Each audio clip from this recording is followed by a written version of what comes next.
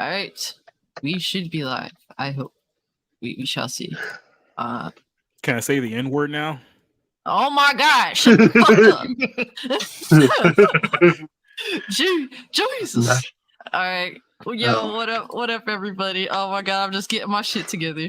All right. So, welcome back to the 2REAL4FEELS podcast, where we do not give a fuck about your feelings, and I say that sincerely. And tonight, I'm actually excited. This is like a surprise to me, but we have a full panel. That's crazy. I wasn't expecting all that, but I appreciate y'all being here. And this is episode 4. So this has not completely sunk yet. Like, we are not quite the Titanic yet. We're getting there, but not yet. So, but with all this being said, I do want to welcome everyone on the panel. We got the Homie Society Reviews. I'll be on his podcast and we be hanging out and talking all sorts of shit. But how are you today, good sir? Oh, I'm doing great. There's a lot of stuff going on. Apparently, right as we went live here, the UFC was supposed to have a press conference for their main event for this Saturday night, but some shit broke out backstage and they canceled the press conference altogether, which is the first time it's ever happened. So now I'm hearing reports that there may have been some weapons involved. So I'm trying to get confirmation on this. But yeah, you thought the CM Punk stuff backstage was crazy. This one might have already topped it just days later. All right, cool. So I'll definitely leave it to you to keep us updated on that because that is interesting. It's happening as we are live, so we can have a lot live insight. He's live on the whole situation. He's there. Yes. And next up, we got the homie Ozzknot. He has been very consistent. I do appreciate that, sir. Right. You definitely like to be here, and I like to have you here, especially when you can actually behave yourself. So, how you doing today, Thanks. I'm all right. Yeah. Hello, scumbags. Okay. So, well, I mean, this isn't Scumcast, but I guess you can call the chat scumbags if you do so. I can't stop them. It is what it is. I'm very libertarian in that mindset. But next up, we got the homie TJ Combo X. How's it going, bro? And he's not here right now. Thank you, sir. Very nice to have you here. I appreciate you. Even if you're probably, getting some food, all that. I think maybe he got a mic issue. Oh, here we go. All right. But all right.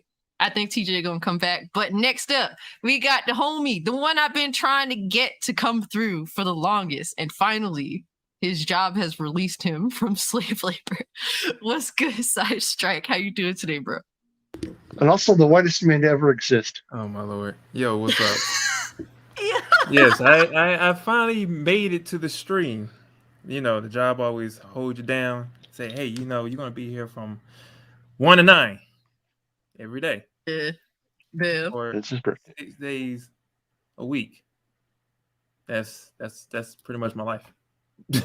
Yeah, I feel you, bro. Man, if I have the strength, I respect that. If I have the strength, I'll jump on the stream. But if I don't, but we're definitely glad to have you here. Real quick, I just want to give a shout out to Hustle. I know he's got an issue going on with a family member. Obviously, no details, but I wish him the best. I wish your family the best. And he's here, I'm sure, to keep his mind off of things. But, we thinking about you, definitely. And I hope everything ends up cool, bro. But right now, we're going to bring back TJ Combo X. Yo, what's good, bro? Yeah, you sound good now. What's good with you, homie? How you been, bro? Niggas. No, it's fine. Hulk Hogan! What's going on? How's everything going, bro? I mean, everything's been good. Man. It's been a good day today. I'm ready to get to these topics. I feel you, man. And the person I didn't think was gonna come through, but I'm so glad to have her here. I'm finally not the only chick on the podcast, so that is awesome. We got the homie Coco Nico. How you doing? I hope all is well. Let's chat and know what's up. Hey, how's it going? I appreciate being on the podcast. So thank you so much. And let's get to the topics too. I'm excited. Word. It's crazy because, you know, and not to throw shade at society, I obviously appreciate him being here, especially since like I feel like we hang out almost every fucking day at this point with all the shit we always be doing. Too much, some can say. Yeah, I think a little too much. We need breaks from each other. Like yesterday, he was trying to get me to be on his podcast. I'm like, bro, I'm drunk as fuck right now. It's not a good idea. Who the hell told you to be drunk at 7 p.m. on a fucking Wednesday? Listen, she's Puerto Rican. She doesn't know any better. That's the best time to be drunk. You don't have to be around so many people. You know, with the whole COVIDs and how people don't like to wash their fucking hands and shit. So the less people around you, the better. That's how I feel about that. But I agree. Exactly. See, but this is awesome because a lot of the homies here today are people that I've been gaming with for fucking ever. Like, we've kept up with each other for the longest, so it's always like basically having these conversations is just like a PlayStation party chat from back in the day. Yeah. So I'm really glad to have all y'all come through. I would call it the Kill Zone crew. Exactly, we You're do right. call it the Kill Zone Shadowfall crew. But real quick, we just gonna give some shout outs to the chat. We got the homie Ninth Pixel with a howdy. Once again, hustle and motivate. I appreciate him coming through. I hope that we could keep him, you know, his mind off of some hard stuff, and I hope everything turns out for the better for him. And Nuke Dukum, I don't know what the fuck he's saying, but yo, I appreciate you being here, bro.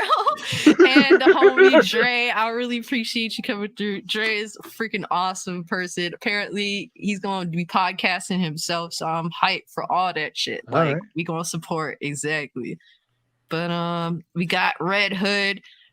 Awesome dude. Like, I met so many awesome people through the community from doing YouTube and all that. So I really do appreciate y'all. And Orange Hat, I appreciate you coming through, bro. I'm happy that you're here. Hope everything is good with you, bro. Homie, I think it's Chris. Yeah, New York Yanks, that's Chris. What's good?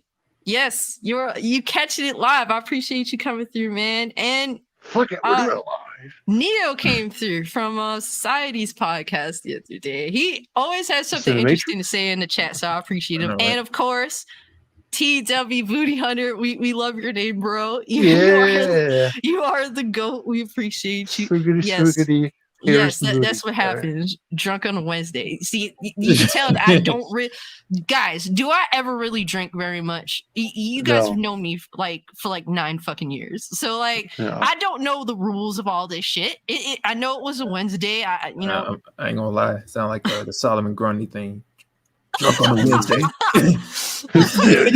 Yeah. Oh, Silver yeah, by Orange Tuesday. Hat taking Podcast a on vacation. Thursday. Orange Hat taking a vacation from Twitter. Good on you, sir. You have a more healthier mind than everyone else that is on Twitter. So, more power to you on that.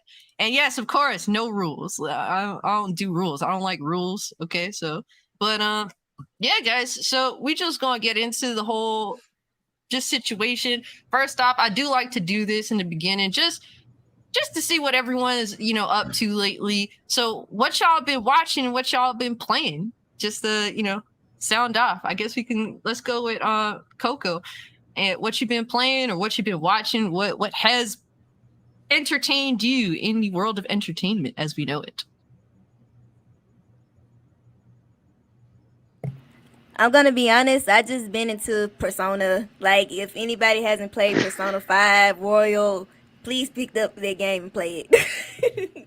I'm waiting for it to come to PC at this point, even though I own this game twice and I still have yet to beat the fucking thing. I'm like, I'm just gonna get it on PC where I probably also won't beat it because that fucking game is like 1 billion years long. That it is, but it's worth every second. I got you. Yeah, I was having fun with it. I'm not gonna lie. I do need to concentrate. That's my thing. But that's I hate that awesome, game. man. Well, fuck you, okay? Anyway, yo, Striker, what you been playing lately, bro? What's the chat been playing lately? Let us know. So me, I play everything. I've been playing everything. I threw like 200 hours on myself with playing Persona 4. She said. And that's also I've been playing that on the Steam Deck as well while I be at work. At least I can take that on the go because I don't have Persona 5 Royal on the go yet. So I've been playing that at home. Then Okay. on stream, I've been playing, let's see, what they call the Chinese version of Final Fantasy series, Sword and Fairy. That's a really good looking game, really fun. The cast is pretty I did see that a little bit. Yeah, I also been playing on the Switch. I've been playing Xenoblade Chronicles 3. That's a really good story as well. I got I think I have like 4 streams in on that one, so I'm going through. I was really into you playing Xenoblade Chronicles. That was I'm like, damn, I really want this game. I'm not gonna lie. Yo, that thing at some point it turned to a straight anime. I'm like, yo, okay. I'm just like looking at with that whole what's that meme with the guy just blinking his eyes. Like, yeah, I'm liking this. It's definitely a good game. And also just been diddling daddling with other games just to see if I like them or not. Other than that. How you been liking the Steam Deck so far? Because you're like the first of the group to get one. So, well, still unlocking the potential of that thing. So far, I got my retro gaming experience going. Then also I got quite a few games from my arsenal on Steam on there. So that's good. Gotcha. A lot of games have kind of impressed me that even run on there. Like I got Tekken running on there. Tekken looks really good. DNF Duel plays just as good as regular. What else I got running on it pretty good? BioShock runs beautifully on there. The remaster. I believe it. Yeah, I believe it. I'm like, whoa, this thing is flawlessly moving like water over here. I thought I was looking at TV for a second. What up, the Lemonade King? Hey, what else? You play so much stuff, you can't even keep up with yourself. Especially now that you got the Steam Deck, you just been wholeheartedly into it. Somebody actually came up with a chart the other day, and I actually kind of agree with it. I might post it somewhere. Basically, it was like, this is what I do with my Steam Deck on a normal basis right now. Majority of the chart is just trying to see what works. Yeah. And the rest of the chart is playing the games that I actually installed on there.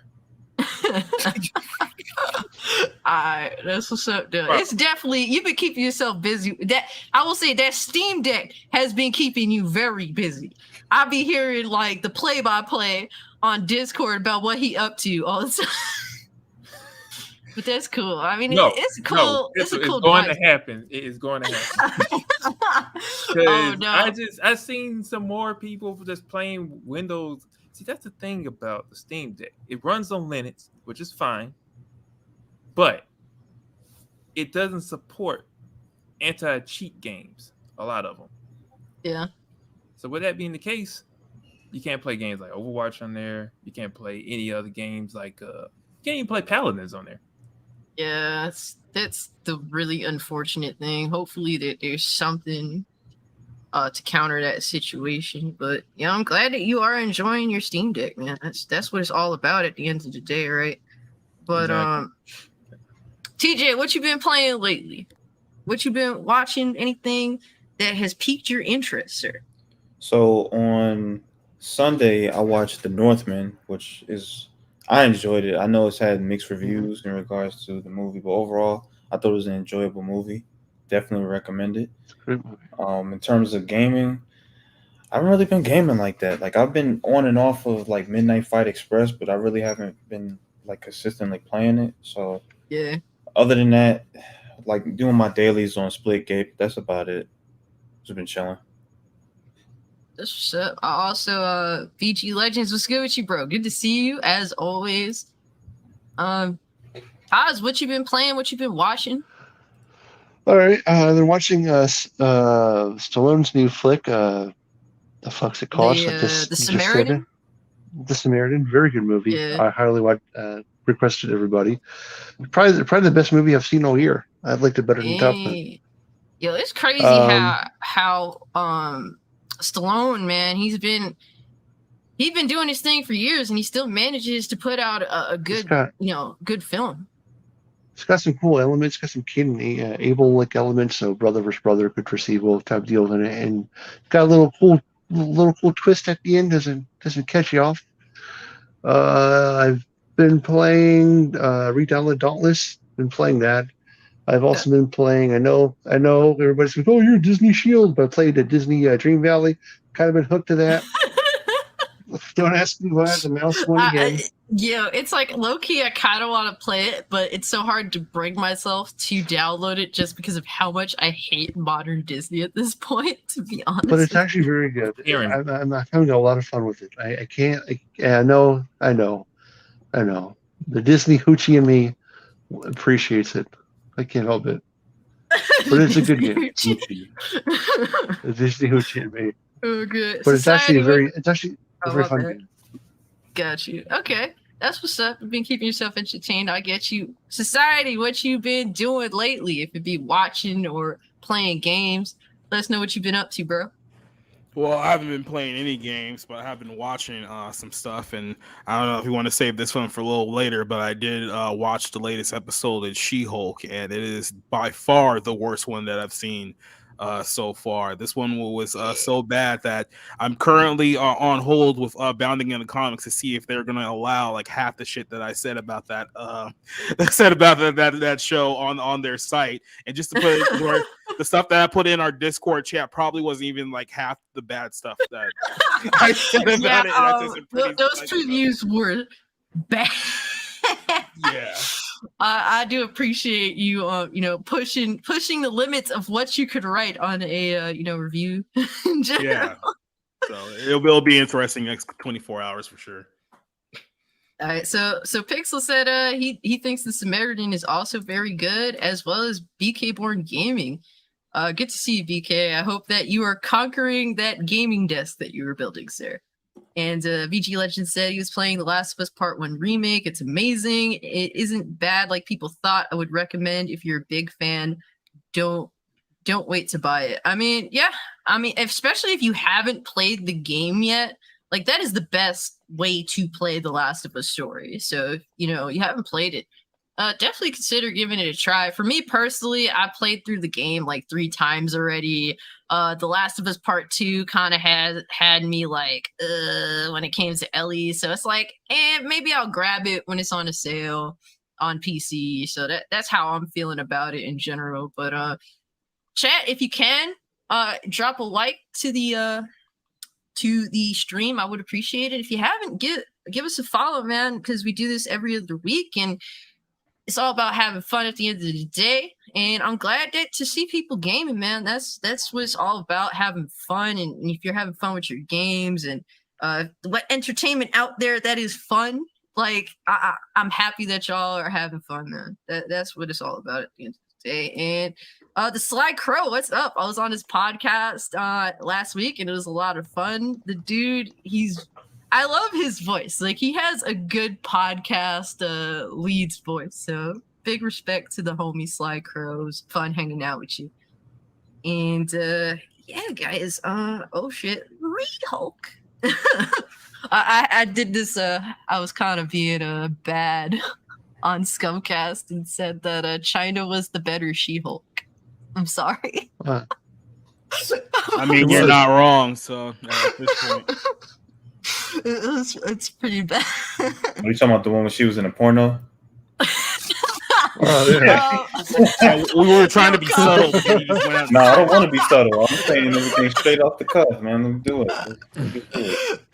Yeah, the porn parody is far more entertaining than the real thing. So, I mean, that's what it seems like. I refuse to go out of my. You know what? Let's just get into She-Hulk, man. I talk about this because honestly, y'all know better than me. So I guess y'all can educate me on exactly how bad entertainment has gotten, or if you like the fucking thing, more power to you guys. But last week it was all over Twitter. She-Hulk fucking twerking with Meg Thee Stallion, and no disrespect to Meg Thee Stallion, she's obviously getting her name out there and all that. No hate towards her. But it's like, bruh. Just a little pause right there. When she says no disrespect, she's only speaking for herself. And in that case, that's what we had very clear. Hey, I mean, you do you. But when it comes to like She-Hulk twerking, it's like you don't want to sexualize women, and you have her bitching about being sexualized in like the first episode of the show. Then you have her fucking shaking her ass like 2 episodes later. I said that the only way that would have been funny is if she would have split her pants, and given how fucking thick the bitch is in that outfit, you think that she definitely would have split her pants real easily. But yeah, like what kills me about this and why I'm talking about it personally, otherwise I wouldn't give a fuck, is the fact that any negative criticism has like people demand that negative criticism towards the show be censored. And look, the show to me is a goofball ass show. That's the way it comes off to me from the clips I've watched. And guess what? If you're gonna be on some goofball shit, I mean, some people are gonna like it, and then some people aren't. That doesn't mean that either side is necessarily invalid.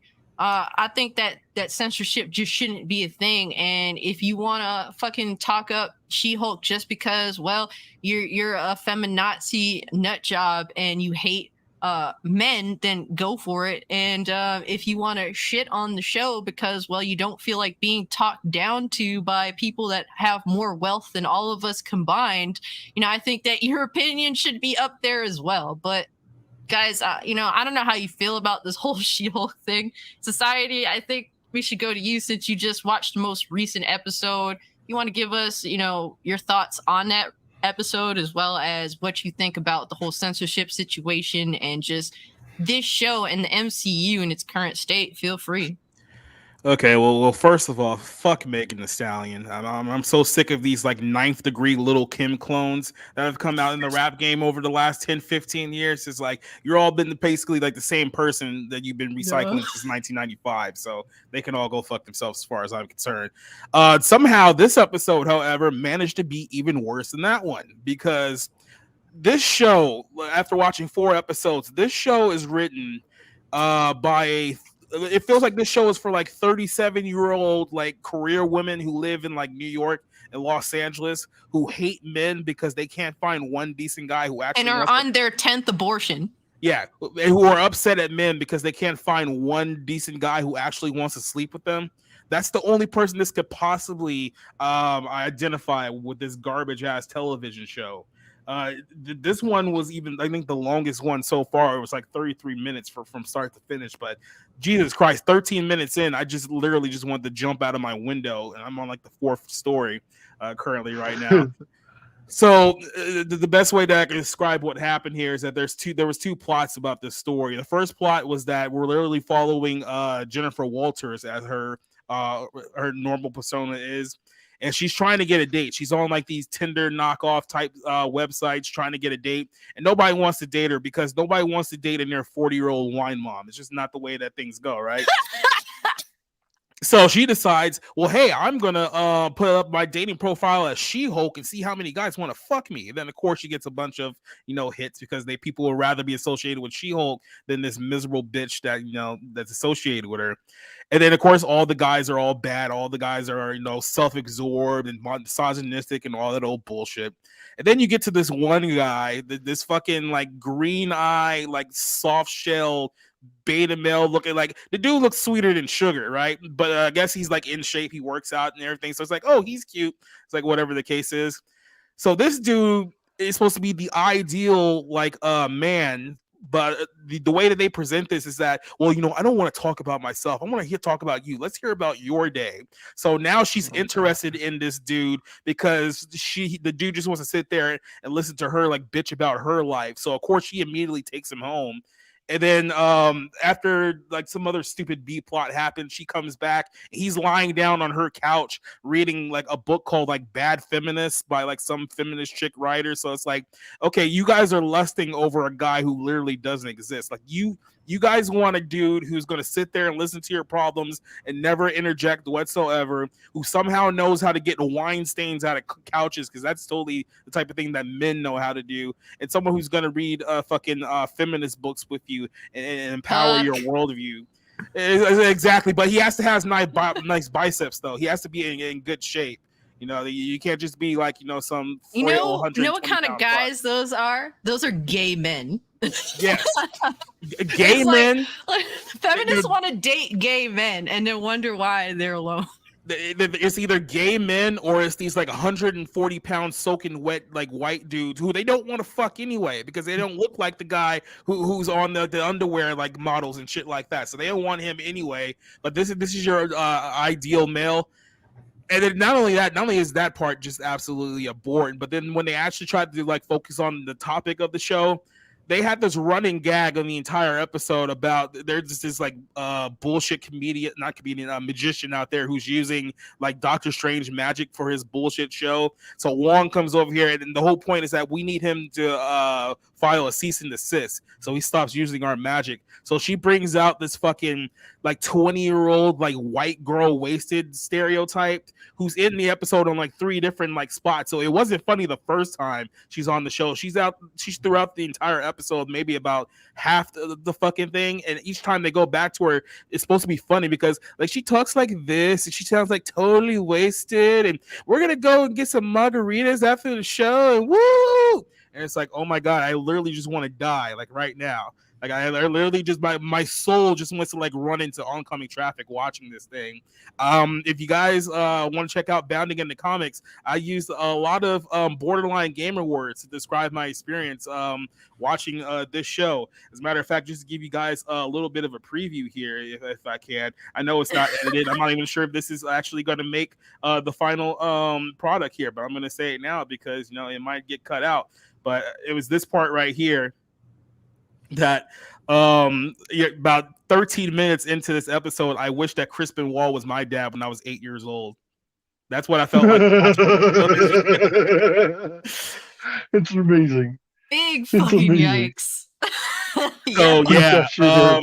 this is the first episode. This is the first amazing. episode I've given an absolute 0 out of 10. There was absolutely nothing redeeming about this show. Even when I was asked, what was the pros of this episode, I put under pros absolutely fucking nothing.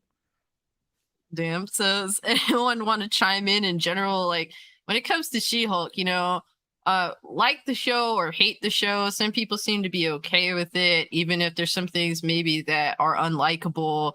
And then there's people that are MCU stans. They'll die by the show. They're feminists that will support it no matter what.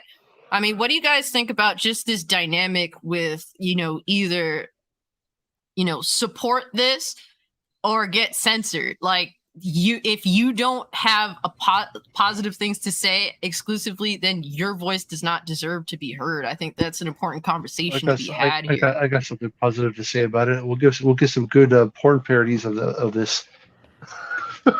At this point, Damn. but honestly, And they'll probably be better written than this show. honestly, what I've been reading, like I've been seeing like mixed reviews about this whole thing. And I'm like, okay, so at this point, they're just trying to cater to whom? Because it's like you asked for Marvel to give y'all some more serious content, then they dropped this whole episode. Granted, I hadn't seen this episode nor have I watched this whole this series yet, but I have been following the actual, Marvel MCU so far, seeing all the movies recently. So it's like, the direction they're going is like, what are y'all doing? Like, you're setting up for the new arc or new phase. What, 4 or 5 now? Yeah. Like She-Hulk is supposed to bring in. So if you want to see the absolute ghoul who's in charge of writing this show, she is the person you're seeing on your screen right now is the head writer of She-Hulk. So if you're wondering why the show is so goddamn awful and unwatchable, you're looking at it right now. You're looking at someone who is also awful and unwatchable at the same time. She looks like the type of person that has only ever been swiped left on Tinder. Just saying. God damn. She looks like someone Margaret Chow with like a parodying in like a skit somewhere on YouTube. Like that's what she looks like. I'll definitely say Fun ugly bitch. a few sandwiches off the counter. I'd say that. Now we understand. Now we understand where the MCU verse is coming from. Hey, Lemonade, here. Would you hit that? Oh my god, y'all are fucking terrible. Never mind. All I can say is that the struggle ain't never been that real. Big Jesus yeah. Christ. I mean, when they Well, trying to the turn, show just went out the window. I'm probably gonna lose my YouTube channel. It was nice knowing y'all. I mean, you haven't lost one yet, so fat you be bitch. alright. We've been riding the fine line on things that even for me I wouldn't say, but hey, I let everyone do what the fuck they want to do at the end of the day. But yeah, guys, I don't know if any y'all have some thoughts on She-Hulk thus far. Personally, I don't give a fuck. I just wish that people's thoughts weren't getting censored, just because they're negative. If it's bad, take that criticism and take it into account. Don't just, completely just say this criticism is invalid when it's such a huge part of the community, Yeah, that's the You biggest. guys want to see the other cow who wrote this episode? Oh my lord. Sure, why not? Well, Let's just move to Luke's personality. TJ, you want to chime in first, or do you need to see this information? No, I don't need to see anything. I'm good. I like my eyes. I'm Oedipus the king myself and just gouge them out. But be honest, I think where there's too many contradicting, like the whole I don't want to be sexualized by men, but essentially what it is women don't want to be sexualized or seen as an object, objectified by men, but they objectify themselves amongst each other. So it's like we accept it if we do it with each other, but men don't look and don't do it. We're going to point our finger at you and tell you you're bad for doing it. All right, cool. So, and by the way, in this last episode that just came out, they're totally objectifying men, by the way, because like I say, they just want to objectify a man who believes all the bullshit that they believe. But because most men don't believe the bullshit that they believe, that's why they have this pent-up rage and frustration towards men in general. But they only still tell you that, oh, don't objectify them, because I mean, if you had the choice, you wouldn't pick women who look like this. Yeah. yes. But so we'll bring up this other person on the screen. I'm scared, but yeah, this is your other the one who wrote today's episode, which was the worst one that I've seen so far, Miss Melissa Hunter. Who is she the little girl from the short individual from Orange is the New Black, but she got fat? Like, no, I mean I would say that. Wait, that there's would be more no. people like this? Yes. This is scary. What is I'm scared. this? I'm scared. Looks like a cult. Looks like a Michael Jackson cult. What the hell is this? So remember when they're writing these dialogue in these shows that says that you're the bad guy because you're a male, this is what these people look like. So just keep that in mind. Yeah, it's like, you could bitch and whine about men. I get it. Like, some dudes is fucked up sometimes, don't get me wrong. But at the same time, when you kind of look like, a gremlin, we kind of understand why you don't have good relationships with men. I mean, the Jessica Chow chick looks like a fucking character like Alex Borstein would play on like Mad TV back in the day. Big yikes. You said she was like what's the you looking like a man? Like who's the Yeah, that's her. Alex Borstein. Fucking what was it? I know you that chick, whatever her name was. Yeah, that's her in real life. You looking like a man. Come on. I'm just saying, feminists, if you come from my YouTube channel, you'll prove that you are the hypocrites that you are, because I am a woman, and I'm also half of color, I guess. That is that the term, what they say nowadays, half of color. So you can't come after me. Otherwise, you're both sexist and racist. You have internal racism and internal, sexism. Yes. You're internal misogynist. In other words, you're sexist and you're half a racist. Pretty much, I guess. So I'm just white, y'all so can't hey, come for fuck me. it. At least you admit it. I'm white. Any final thoughts on She-Hulk in general? It's shit. Who cares? It's shit. Yeah. Hulk. For me, like the MCU is done. Like after Endgame, it's just It's not called MCU anymore. it's like it's time to grab the cane and just pull Disney off the fucking stage. Just go back to the drawing board. That's how I feel about this it. show pull them off the stage when they own it. This show is made for like 30-year-old women who put dog mom on their Instagram profiles and take pictures with their pit bulls. This is what this show is for. Yeah, they call them their children. Like I said, Oh, God. it has evolved into the MCU. Everything is starting to cater around women. That's deep. That's been a little catchphrase now. Since everyone's noticing that they just kind of want this whole feminist narrative. Yeah, there's like really like if you look at how the shows are starting to evolve and how they're pushing, like even with the night, what's it the Hawk? What is the Hawkman? You talking about Moon Knight? Moon Not Knight? even Moon Knight. Oh no, Hawkeye. Hawkeye, yeah. Even with that, I heard what the girl took the show. It's like so. Yeah, at this point, they used him to give a female, like basically give his platform away to a female, which is his daughter.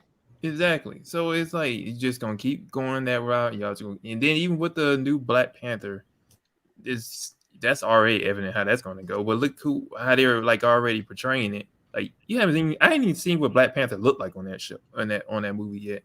They only just showing his white. They're giving Chadwick Boseman the Biggie Smalls treatment. They got his like mural up in Brooklyn somewhere with his face. I was like, hey, he's dead. Remember, go see the movie because he died. We need money. I've also been hearing things about how they're going to go about that whole thing. They're going to pull the Lion King with that movie. They're going to but isn't that what they did with the first Black Panther movie? I mean, I got so much like Lion King vibes from it. That's definitely what they're doing. This one's like, you're gonna his sister's gonna hear his voice in other kings, and then she and what's his name, Ironheart, is gonna create the new suit or whatever. I'm like, really? Is this how we're doing this?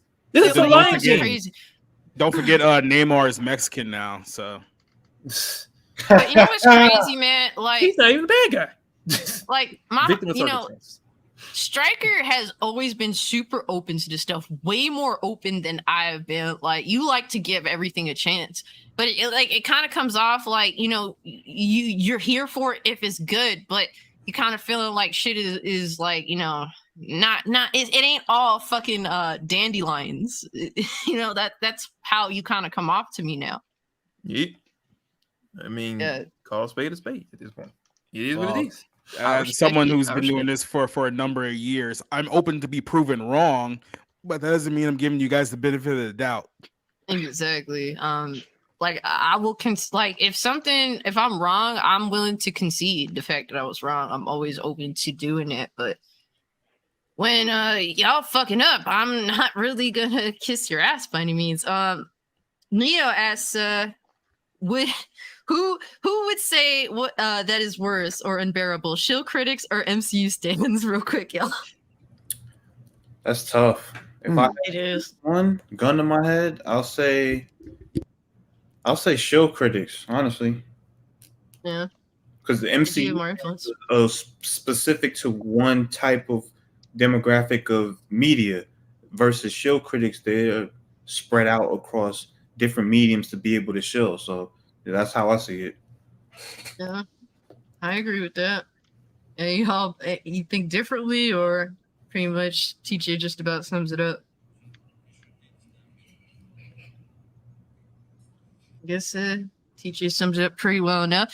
So next topic of discussion, and Oz, we're gonna have to lean on you for this. We're talking about the Hellraiser movie. And I think what is it coming out on Hulu in like yes. Yeah. Yes, it is. Yeah, and apparently, so I don't really know anything about Hellraiser other than the basic look of Pinhead. And apparently now there's going to be a female Pinhead. From what I know, apparently this film is supposed to be some form of reboot. If you can expand upon that. So the original Hellraiser is based off of a book. Which in the book, Pinhead is actually a woman. So when they made the movie version actually come out, they changed it to a male. So this actor, I'm sorry, actor, I forget your name, betrayed such a dominant, awesome character in his role and performance that he certified himself as the fucking Pinhead, and he's been a main staple in the movie Pinhead for fucking ever. Just don't watch the new iterations of Hellraiser because they all fucking suck. Yeah. So basically what they're saying is, man bad, replace it with a woman, and that's what it looks like. Yeah. Fucking weird.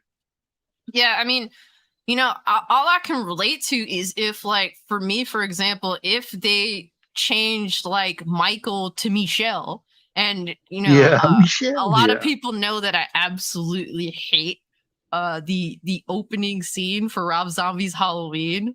And Blake, one of our homies, makes fun of me always using that line.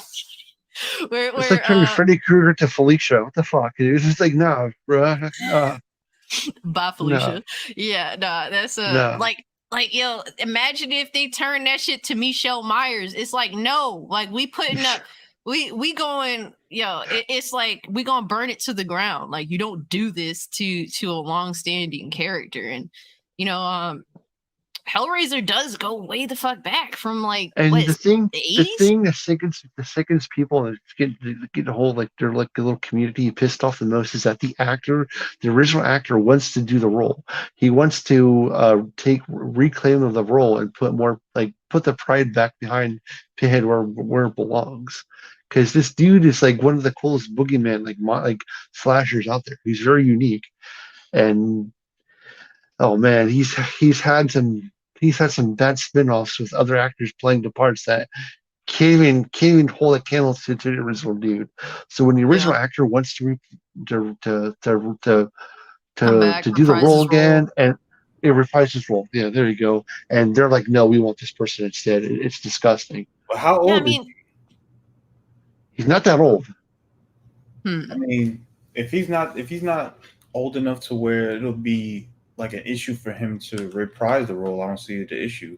But then again, if in the original source material in the book that it's a female, then it makes sense that they would do it that way. I don't think that's necessarily a bad thing if they're following the source material.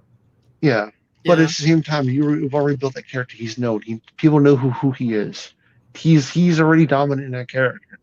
That's I think the best thing to relate this to, for me, like to me personally, is with the remake of Nightmare on Elm Street. They didn't go with the original actor, and the film itself did suffer for it. And a lot of people don't like that remake. I mean, I think that when you do, I mean, look, man, people come and go, right? I mean, when you do have this actor and he wants to portray the character, almost what you're describing as desperately, like he really wants to reprise the role. Like, yeah, he does. He's still here. Why not do this? Like, it's gonna suck because everybody. It's like Robert Englund. It's like Robert Englund's still here, but we don't want, like, we pick something else to be Freddy, and look what we got. Okay, it's not good. It's not good at all. Yeah, it's like, I don't know. It's like Kane Hodder being another Jason. I don't know. Yeah, it sucks. I mean, I think what's shitty about it is just that, like, with the times, like how it is socially now, it's hard for me to believe that they genuinely wanted to pivot back to the source material. Like, that's just how I feel. It's just like the narrative is politically in your favor to do this, and this is why you do it. And when it comes down to it, don't think that these companies don't care about how they are perceived from a social political standpoint. They're obsessed with it. That's all that seems to matter to them now. So it's very hard to convince me that this is. At another point in time in history, this would have been okay. I don't care, but it's like everything that's going on right now. It's like, come on, man. You know what they're doing. Yeah, I mean, it's sad. It's like I said, it's just hard for me to believe that this is genuine. Now, if it was truly genuine, like if this was like, let's say 20 years ago, they decided to do this, I wouldn't really have a problem with it. I'd be willing to give it a shot. From the start. From the start. They never would have like, not even just from the start. Like, if it was a time where people weren't so social politically obsessed, like these companies are now, and fucking appeasing the 1% of the idiots on Twitter that bitch and moan about everything that has a fucking penis and white skin. Like it's literally like, I'm just, it's hard for me to believe that it's genuine, you know. But I don't know if any of you guys want to chime in on this situation, how you feel about the fact that they're changing the actor for Pinhead and going with a female character instead. This is what modern Hollywood is going to do now for the next few years until they run out of money. They're going to race swap whoever they possibly can. They're going to gender swap whoever they possibly can. They're going to make everyone gay or trans or lesbian, who they possibly can. Like, this is what the new Hollywood system is going to be. It's going to be, we're going to push our agenda. We're going to push our politics down your throat until we absolutely go broke. And until we go broke, we're going to keep doing it because we're backed by multinational corporations. That's all it really comes down to. Yeah, and the thing is, like, Hellraiser is for a very particular crowd. Like, I haven't watched them because it's way more niche than like Halloween is, for example. Yeah, it's like very sexual. You know, my parents have never watched it in the house. I don't think my parents I don't even know if they remember what Hellraiser is. But I've watched, you know, Halloween as a kid. Like, that was cool to watch in the house. Same thing with even Friday the 13th. Like, so when it comes to Hellraiser, it's very niche. It has you know, a small but loving group of fans, and it's like, y'all ain't listening to them. You know, like, that's how it comes across to me. And with a very niche horror film, you gotta listen to your core fan base on this, man. If you want it to be successful, if you want them to put those positive thoughts out there to potentially encourage other people to watch the film. Because listen, a fucking 500-pound shaved head, blue-haired feminist on Twitter is not going to check this out just because, oh my god, they changed Pinhead to a woman, so I'm gonna go out and support this. No, they may talk about it just because, oh well, the people I don't like are mad or upset that they're not being listened to. So I'm gonna, you know, talk about it on Twitter, but I'm not gonna go watch it. I'm not gonna go out of my way to support it in any meaningful way. That's how it is, you know? Yeah, I kind of agree with everybody. The only thing that I have to say about that is Hollywood, if something is good, just leave it alone after it hit its course. Don't pick it back up. Don't go back to the blueprint to try to reboot it or remaster it or flip it to whatever is going on with society. Just let things be preserved as it is and let it go. Create something new. Yeah, and Neo over here, he's just like, here's a better question. If these idiots want a horror female killer or character, why not just create an original female killer? It's not that hard. Yeah. Oh yeah, that's right. None of these fools are creative, and it's true. Hollywood is creatively bankrupt. They're scared. It's not just there's no ideas whatsoever. The people with the ideas bring them forward, and by the time you know, it goes through all these fucking corpo execs and is rewritten in something, it's completely something else that's just a generic clone of something else, or it turns into a fucking a remake of this long-standing franchise in which the source material has nothing to do with that long-standing This is the world as we know it of entertainment, and it's very, like, it makes me not excited for anything personally. But yeah, guys, any final thoughts on Hellraiser, this new Hellraiser? Anybody gonna go out of their way to watch it? It's going to be shit. No. Yeah. That's pretty much been your closer for every topic thus far. Thank you. Yeah, until it's proven wrong, I'm gonna keep saying it. I agree, and this is coming from a huge horror fanatic. Like, I love scary movies, and just me even seeing the remake of this and them just swapping the main character is just, I believe it's gonna be a disappointment too. Yeah. You know, hey, if I'm wrong, that's a cool thing that I'd be wrong, but I don't think that this is gonna necessarily be good by any means, because nothing is good. Nobody feels inspired to do anything good anymore. It's just, well, just follow this narrative. You know, is this acceptable? Like, I don't know.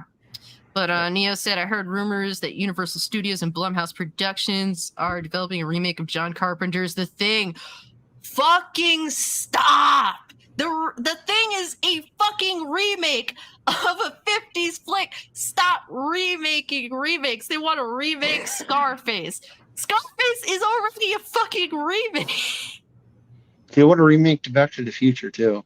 They want to remake Enter the fucking Dragon, bro. Do you know how disgusted I am that that's still a thing? You can't. Who do you try to do that? I do want to answer TW's question here. He says race swaps and gender swaps don't bother him as long as the show is good and it doesn't interfere with the source material. But gender swapping and race swapping the character is in direct conflict with the source material, because if they were actually folded, they wouldn't have done it in the first place. So that was my only little point there. I'm just looking at it like this. It's just the fact that they choose now. Like when everything is coming into like a certain agenda, and just like the MCU, it's like they're trying to erase male influence that's already out there in these movies and TV shows and even some video games. Yeah, because you have these like fucking 40-year-old like Tumblr writers who, you know, wouldn't have gotten a job in any other competent business 10, 15 years ago, who are now being given jobs because of diversity quotas. That's how you end up getting shit like She-Hulk. Because if this was literally given to literally anyone else, this may have been an actually competent show, but you gave it to the worst possible person you can think of, because, well, she's Asian and she's a woman, so she fits the bill. Give her the job. And she wrote an episode of Rick and Morty. Did you not know she wrote the episode of Rick and Morty? She's qualified. It's like, yeah, okay.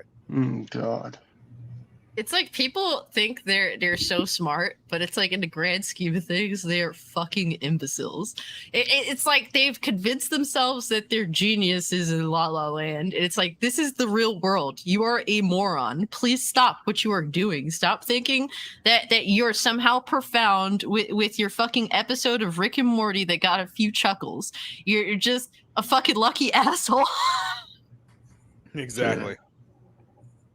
Oh my god, Enter the Dragon with Jackie Chan. It'll work. Oh no. No, it won't. Jackie Chan is too old to be doing anything. Jet Li, like, his head ball. He'd be all right. Yo, Jet Li, like, I hope to be wrong, but Jet Li looks like he has one foot in the grave already. Like, it's sad for me to have to say that. I hope that he's doing well, but some recent pictures I've seen of this dude, he does not look well. I'm wishing him the best. Yeah, I wish him the best, because, you know, you could tell that whatever he's going through has definitely been taking a toll on him. But look, at the end of the day, a lot of people, you know, love Bruce Lee. A lot of people have criticism of Bruce Lee. A lot of people think that Bruce Lee isn't what everyone has put him up, like held him up to that pedestal. They don't believe he's earned that pedestal or deserves it. Whatever have you, who the fuck can hold a candle to Bruce Lee from modern day in terms of just nobody. The legacy, just his how long his name. Look, you know, they say, like, you know, like, you know, the fact that he's still being spoken of today, like, this dude lives on immortally. Who the fuck is that caliber of charisma, of actor, of talent? Well, the problem is that action movies in and of itself are dead. Like, there are no more action movies anymore. We have superheroes who have replaced the action genre. So you don't have names like Bruce Lee, or even you don't have names like Stallone and Schwarzenegger and Van Damme. Like, you don't have those guys anymore. Like, who's your modern day, like, tough, macho action star? Like who's the closest thing to it right now? Yeah, and it's not even that, bro. When you look at Enter the Dragon, like, you look at that cast, that's an all-star cast, not from an acting perspective, but from a martial arts perspective. These people were fucking legitimate martial artists, from Bruce Lee to fucking to Bob Wall.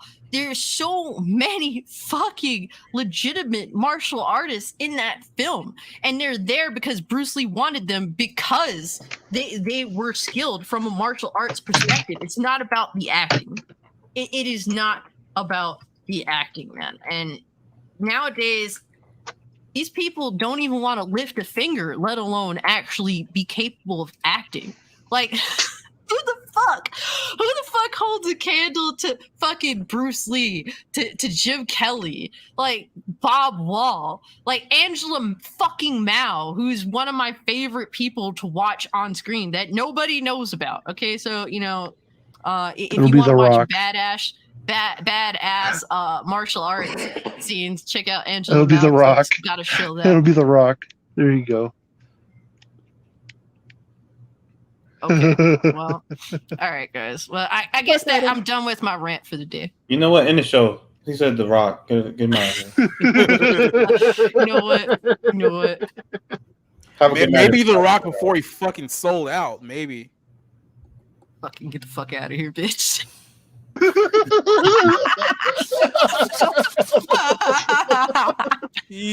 It'll be John Cena as the new Bruce Lee character. Do it. Shut, bitch! You think I'll fuck this stupid? Anyway, next we talking about. He's back. Yeah, I brought Yo, it back. I can't see me. Shut the Oh yeah, fuck up. we have to do the Mandarin version of John Cena's theme now. Yeah. All right, guys. So,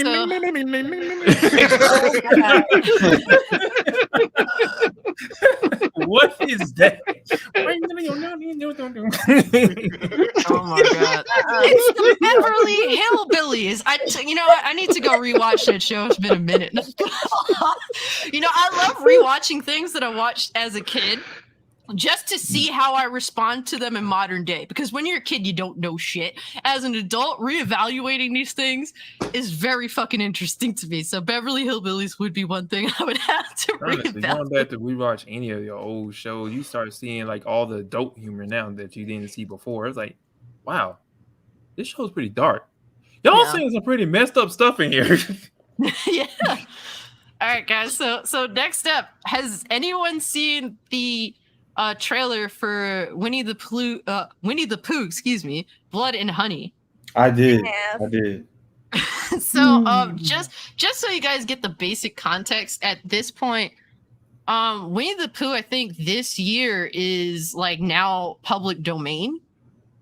Yes. So that's why this film exists. Now people are wondering if like Disney is gonna let this happen, which I think is interesting discussion in its own right. But what you guys think of this trailer?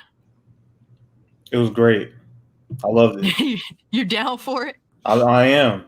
It looked like the budget was $20, a bag of Taco Bell, and some fish sticks. Like what? They didn't have any money for this movie.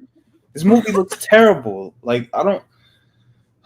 Like it makes sense that it looks like they found out that the IP was public domain and literally made the movie in like 5 days because it looks that bad.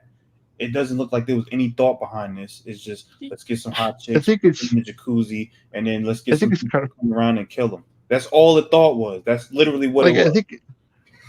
okay. Winnie the Pooh is a classic children's like book, and I think had it's the kind of books. like this, and I think it's kind of like disgusting. Even though in the state that Disney is even though the state that Disney is today, yes, we know they're pieces of shit right now. They can go fuck themselves, every one of them, even the mouse. I think it's kind of disgraceful that the first thing that they do with this as a free license is to make Winnie the Pooh into a murderous monster. I know I like horror movies. I do. I like people that die. I do. But you know what's I just funny think it's though? kind of, You think it's disgusting? I think it looks better Yeah. than Halloween Ends. it probably is. It probably will be. And y'all motherfuckers know that I love Halloween. Okay, this is not like that is my favorite movie of all time. I watch the sequels so much, but I think this is more interesting than fucking Halloween Ends. But there's certain things that there's certain things as characters that you just don't touch like that. You know, man. It's like it's gonna fuck with somebody if you've seen that shit, man. Because it's just I don't know, man. I mean, to be fair, the bodies look so like the actual costumes look so like weird that I wouldn't like. They don't remind me of the characters from the actual the book or from the movies. I'm not gonna lie, it's been a long time since I've actually watched the Winnie the Pooh movie. I remember I bought one of the movies for my my neighbor next door there for Christmas. They had a baby recently, so I bought him that. But I haven't seen it myself in such a long time. But for me personally, I actually don't mind it. And I get it. Like, I understand, like, you know, this property is a child's property. Yeah. I completely understand. But I just don't give a fuck. I'm sorry. I just don't mean, it's care. like it's like if Mr. Rogers ever won up for license, he's gonna go around murder kids in the neighborhood. I mean, that's kind of, I don't want that ever. I think that'd be amazing. I'm like, I mean, to be fair, we have been so deprived of good entertainment. Maybe that's why I feel this way. But I don't give a fuck. Go for it. Okay, I just watched that trailer again. I just had to. I kind of agree. I think that this movie is gonna be one of those movies that is so bad that it's good. Maybe that's what I'm thinking too. And like, literally, to me, it looks better than Halloween Ends. That's fucking sad for me to have to say that. But I'm more interested. I just don't want it to tarnish Winnie the Pooh in general. Oh, that's happening. I feel. Yeah, Striker, what you think about this overall? First of all, that there's nothing to tarnish with Winnie the Pooh. Winnie the Pooh's ass. So I don't know why. Shut the fuck up. Hey, trash. shut up. Yeah, Striker, what you think about this trailer in general? What are your thoughts? I just watched the trailer again, just to update my opinion on this. Yep, it is definitely B-rated status to me, but some of these B-rated movies tend to be like what we call guilty pleasures for some people. Yeah, Sharknado. Yeah. Like what I love about horror films, especially like 70s, like from that 70s to 90s era, excluding the insane censorship from the late 80s that ruined quite a few Friday the 13th films, by the way. Like, for me, a lot of horror films are like comfort food cinema. Like, I could watch Halloween 4 and 5 so many times. Like, I don't watch that just for Halloween. Like, I watch that because, like, I'm in my happy place when I'm watching Michael Myers kill people in those movies. Like, I don't know what it is. It's like, but I don't want to see Winnie the Pooh stab somebody. It's like Jason put on a Winnie the Pooh mask and just went to town on everybody. I mean, you're not wrong. Everybody needs to die tonight. I don't know. I mean, the beginning of the movie, fun, they say at the beginning of the movie, Piglet, and Pooh eat Eeyore. They had like rest in peace Eeyore and stuff somewhere in the trailer and stuff too. I was like, why y'all kill off my favorite character though? I mean, he was because he was so. They got sick of his depressing ass bullshit. That's why. That's probably why they ended up like that. They got tired. They're like, you know what? Look what you have done to us. You brought us all down to your level. You gotta go. That's why they turned to serial killers, because they messed around and ate them. They turned to serial killers because they brought all their spirits down. Nobody deserves to live anymore, including you. Nobody needs to die. Apparently, from what I'm hearing in terms of the film itself, Christopher Robin abandoned them for college, and so in order to survive, they had to resort to being feral, murderous monsters.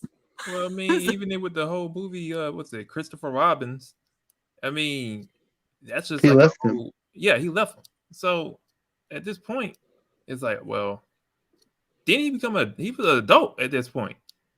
You gonna get mad because he wants to move on with his life? Like, it's just, you know what, man? And while I did, for Christmas, give my neighbors 1-year-old the Blu-ray of the Winnie the Pooh movie, like, how many kids really are into Winnie the Pooh anymore? I'm curious. I mean, I could be completely wrong and think that, I could be wrong. And yeah, maybe they're like kids still are into Winnie the Pooh, but I noticed that anything traditional is being left behind. And Winnie the Pooh is tradition. Like, that's something I grew up with, was very popular back in the day. Nowadays, it's like you don't see these traditional things anymore. Like, people think it's evil to show your child Cinderella and Snow White. And apparently Snow White was sexually assaulted when she was kissed so that she can get out of her fucking coma. Like, this is the shit that we're dealing with. So anything tradition is just bad. So tradition is fading. I mean, this went to public domain. I mean, that's not, that's for a reason. So it's not just tradition, it's imagination too. I can't wait for the Winnie the Pooh Soprano movie to come out. Oh no! Oh wait, everybody has a price. Going back to what Oz said and stuff too, I do find it very ironic that the first project that they want to do with it is a scary movie. I'm like, out of all the things, really a scary movie? Well, you're expecting that? Flip it on its head. Or you're expecting a gay rom-com? Like what? But then also, I mean, that'll be next. And then also, same sense.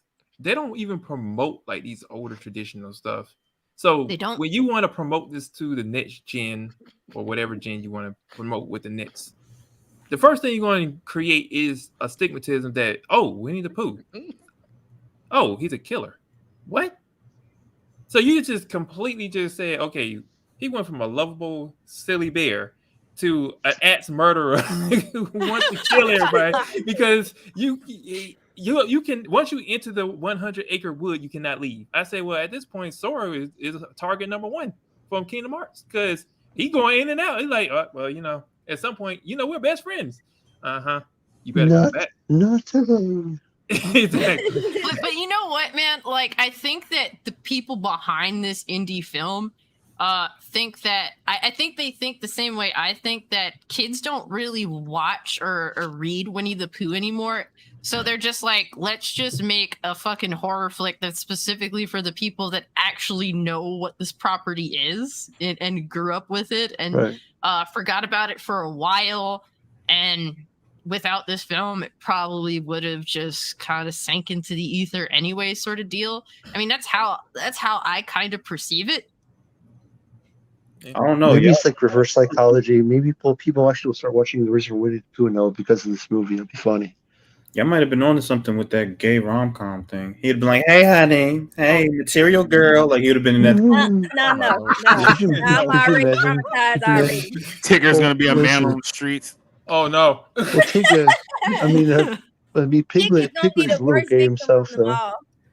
Oh my god, Tigger gonna have a thong on his head and be walking around in red bottoms on the corner. Oh my gosh.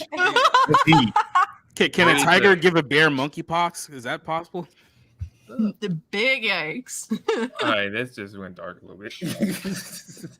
Oh my god, homie said, what's next? What's next? A horror movie version of My Neighbor Totoro? Oh no. In a weird way, I might actually watch that though. I mean, we have really sick sense of humor. So, like, for me personally, like, I don't really mind it. Like I said, I think it looks better than Halloween Ends, like, because I know it's gonna be trashy as fuck.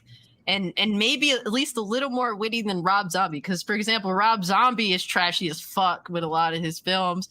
But when it comes to yeah, we're still mad about the Munsters movie. But when it comes to dialogue and wittiness, Hong Kong Phooey. What? I'll be down. Let's do it. Oh my god! Can they bring back Hong Kong? See, nobody remembers Hong Kong Phooey. Why can't we have like a fucking really bloody, gory, like insane, like Hong Kong Phooey film? No, fuck that. I want a that's made I for want a adults. gory Jabberjaw. I want a gory Jabberjaw. No. Let's do it. Let's do Please. But kids do Let's not do watch it. Jabberjaw nowadays. I just What want- I the just fuck want is the harm in it, Jabberjaw. right? Let's remake Josie and the Pussycats, but they're all strippers. Let's do it. Yeah, and the whores, like the mothers. I mean, they wouldn't Wow. mind that as long as the film has an all-female, like, behind the camera cast. Like, if everyone behind the camera is a fucking 40-year-old feminist that has had like 50 fucking abortions each, then it's totally acceptable. No, they can't be behind the camera, or else the movie's gonna suck. Yeah, it's really bad. But that's the point. All right, guys. Well, that's interesting. Oz, I'm not gonna lie. I thought you was gonna be cool with this Winnie the Pooh. Nah, movie. it's a big Will bad you watch taste. it if it comes out and it's not like you can watch it for free? Would you be interested in seeing what's up, or are you No, just downright nah? I'm not Fuck gonna this. watch it. Nah. Okay, respect that. I mean, I'll watch it on Raider Bay. I mean, I'd rather watch indie stuff than Hollywood shit the bed. That's At least true. if an indie thing fails, they at least had a reason to fail. If it be money or just limitations in general, Hollywood has no excuse. They fucking have all the fucking money in the world. They have everything at their disposal, and they still manage to shit the bed. So that's how I feel about it. Any final thoughts about this movie? Oh bother. Exactly. All right, I might actually watch it. I was mildly distracted because I just saw a video of The Rock introducing the Rams onto the field for the football game, and it was the most corniest shit that I've ever seen in my entire life. So, I mean, I blacked out there for a second. I'm sorry. Well, I don't know if you guys noticed, but The Rock is totally politically correct now. So everything he has to say is just like, okay. Well, I think the correct term is a complete fucking sellout, but that works too. Sad to say, but the people's poser. Yeah, good. From the dude that always has some crazy ass shit to say on, in WWF, for him to become this whole politically correct fucking boring loser that he turned into a cookie makes really mostly bad Hollywood films. Like, this is a falling from grace. I don't care how much he manages to fall upward. I'm just saying. Let me know when Ozzy comes on, please. Thank you. All right, so next we're going to talk about Cyberpunk, because a lot of stuff came out about Cyberpunk in general. So is that game still broken? Who cares? Yeah. Well, Cyberpunk Edge Runners is a series that is unfortunately coming to Netflix, but they did drop a trailer for it. And then Phantom Liberty is the expansion for Cyberpunk 2077, the game itself. So, any thoughts in general on all this Cyberpunk content? Is it warranted given how poorly the game released, or are you interested? You willing to give this another shot? I know, Striker, you did beat Cyberpunk and you enjoyed it. How you feel about this? So, speaking from my perspective of playing this game, okay, so a lot of the hate when they released definitely came from console, because the console version was complete ass, especially on the PS4 version. I played it; it was terrible. And then when I first even saw the game being marketed, it was marketed with a 3080 video card. That's already telling me that this game is going to need some power, and the PS4 is not going to give it to you. So, went ahead and played the game on PC. That was best move. Game looks and played very well to me, so I ain't have any issues really. And then let's see, I've already beat the game, but there's more content after you beat the game, and there's like so many different ways you can build different character builds just by different perks, the perk system they have. Now they're coming out with the Edge Runner series to build upon the story, but the same thing, it's a different story. It's not about V. V might come in later on since it's a series. And it looks and definitely feels like Cyberpunk, like from the city to the environments. I love the animation. At least in the trailer, I love the animation. It looks very gory too. So that's definitely Cyberpunk inspired, because that game has a lot of different scenarios and scenes where it gets kind of problematic, and I'm like, very mature game. Yeah, definitely. Kind of one reason I mainly like it, because there's no filter on that game. There's some stuff in there that would kind of like make you like I'm like, man, they really pushing this? Like, seriously, I had to crucify somebody on there. That made me feel some type of way. I'm like, okay. And I literally was nailing the person to a cross. I'm like, oh, that's joy. This is okay. This is gonna make me feel some type of way, but all right. Oh, Oh, homie wasn't can Jewish. skip that That'd be whole weird. scenario. You don't have to do it. They ask you, do you want to do this? Homie wasn't- Walk away and you still get the same rewards. I'm like, all right. Anyway, but now they came out with the update and the expansion. That's going to be pretty cool. It looks like the main character is working with the city now, which is kind of weird because of how the end of the game plays out, especially in the true ending. And there's 3 different endings. 2 of them are just basically nothing, and one of them is pretty much predominant, the canon story. So it's gonna be interesting to see how that plays out, especially when you get the canon ending. And it's like, how? Why? Well, we'll definitely have to see when that comes out. But overall, so far, I'm intrigued, and I'm actually gonna be ready to play when they release it. Yeah. Have any of you guys seen any of these trailers for the actual game expansion or the anime that they're coming out with on Netflix? Care less. The anime looks. Yeah. I'll say the anime looks good. I won't be watching it dubbed, but I will definitely watch it with subtitles. I would say to correct Striker. The actual graphics card that was marketed for Cyberpunk was a 2080 Ti. They had like this special edition version of it. Oh yeah, it was that one because it was yellow and black. I didn't have the same experience that he did. The game ran like trash for me for some reason, so I hated it. But recently, with the update that they put out, I ran it recently. I did a benchmark. I was able to get, I think, the max frames. I had, ray tracing turned off, had a few things turned down, and it was able to get at the highest maybe like 90 frames, and at the lowest it might have been like 60. So it's somewhat playable. So I'll go back and revisit it and see what I actually think about the game, because I don't have an opinion. I literally was in the bar and it was chugging at like 20 frames, maybe 10 frames. I said I can't do this, and I uninstalled it. It's kind of weird because I actually streamed it, and I believe Cult Class, you watched the stream. I didn't have those issues. No, you didn't. I don't know. It's honestly, it's just I have to blame them. It's like this inconsistency is just fucking weird to me. And I mean, I tried to play it on PS5, and what made me tap out with that game was the fact that every time I launched it, I had to go into the settings and reset the whole HDR and all the settings that I had every fucking time. And after a while, I just said, fuck this, and tossed the bitch off my SSD. I couldn't fucking take it. So, I mean, with this expansion, I'm considering going back because it looks interesting. It's like, I guess, rebuilding America sort of deal. I'm kind of interested because I mean, I do like the atmosphere of Cyberpunk. While I'm disappointed it didn't turn out to be the RPG that it was originally supposed to be, how it was originally advertised.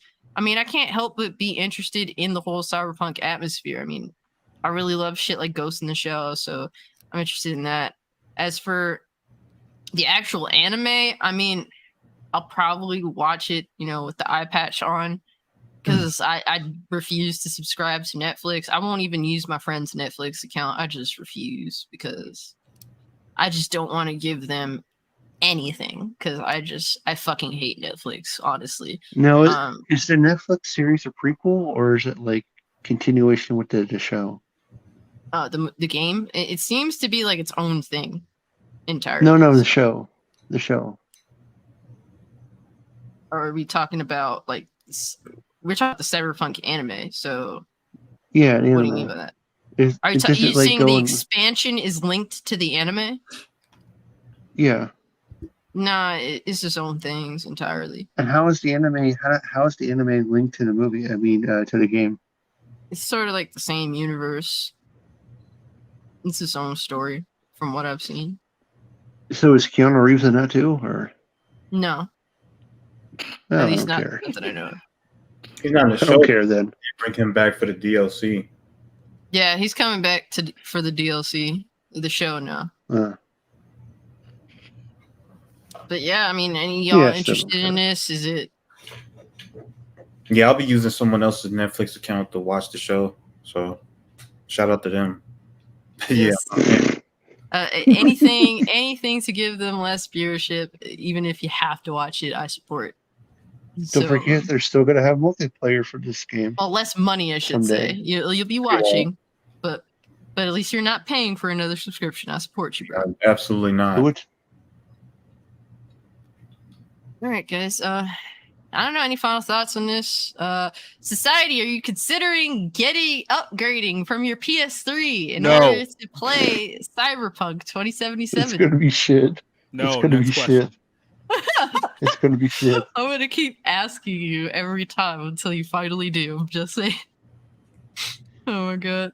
So,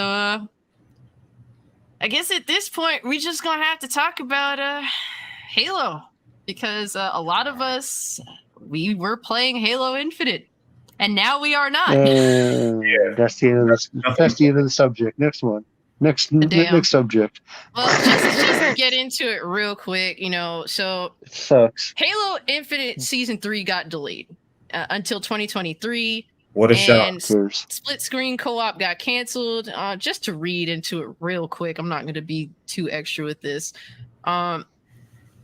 After releasing in an unfinished state, Halo Infinite is still dealing with long-term woes and should come to no surprise to anyone who's been following the game. Today, in the new blah, blah, blah, Halo Waypoint blog 343 announced that the upcoming Season 3 update of the game is delayed. Along with this news, the split-screen co-op, a staple of the Halo series, is completely canceled. And mind you, this is after, I believe, the director of the game herself guaranteed that split-screen co-op will for now on be a consistent thing in Halo because it wasn't included in 5, and she apologized for that and said for now on all of our our games are going to include split screen co-op. So they couldn't pull it off, so they scrapped that.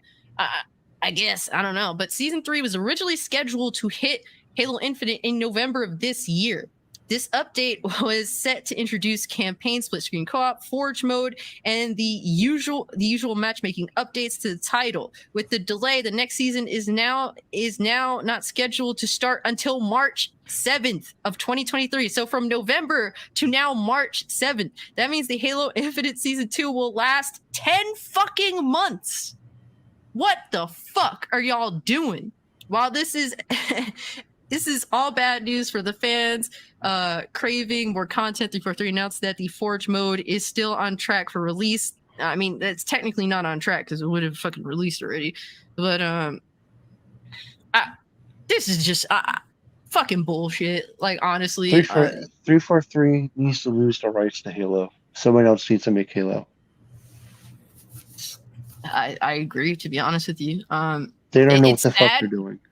It's sad because we were hyped for Halo, like all of us, because it's like, oh my god, multiplayer, we could play together, even if we're on PC or some of us on Xbox. Like, we're all going to be able to play together, and the game is so fucking boring that we don't. It was like the honeymoon phase is way the fuck over now. 343, it's way over. I've never played a second Halo, so I'm not the person. We're tiring. The fans of Halo are tired of being lied to and manipulated. And it's enough. This could have been an awesome game. You had an opportunity. You were supposed to be Halo. I mean, you were supposed to be Xbox's comeback, and you took one step and you fell on your face. Good job. Yeah, so PlayStation for life, is that what we're saying here? I mean, PlayStation got their own woes as well, bro. Like, we gonna get into all this shit, but but it's true. TW said Halo is dead. Unless they make a serious change, Halo is dead. And Phil Spencer himself said, like, in 2014, that if Halo loses its way, Xbox loses its way. I think at this point we could establish that Halo has in fact lost its way. Yeah, it's blind. Yeah. Dark. Like, no, the best thing to happen to Halo. No, the best thing to happen to Halo. Best thing, honestly, what? Fortnite. Jesus. I mean, I wouldn't say it's the best thing, but it's not. It's the only thing that's Chief not is in Fortnite. Terrible. Look, that isn't the best thing to happen to Halo. That is just the only not bad thing that has happened to Halo. Okay. Yeah. It's so fucking. It's like, it's just so frustrating, man. Because like the game itself, the way it plays is really good. The gameplay, the gunplay is it's pretty solid. So the fact that I'm left completely uninterested, like, this is no doubt their fault. And like, heads need to roll. Like, at this point, it's like, how many attempts has 343 had with Halo? Fucking Halo 4, where people seem to like the single player, multiplayer was dog shit.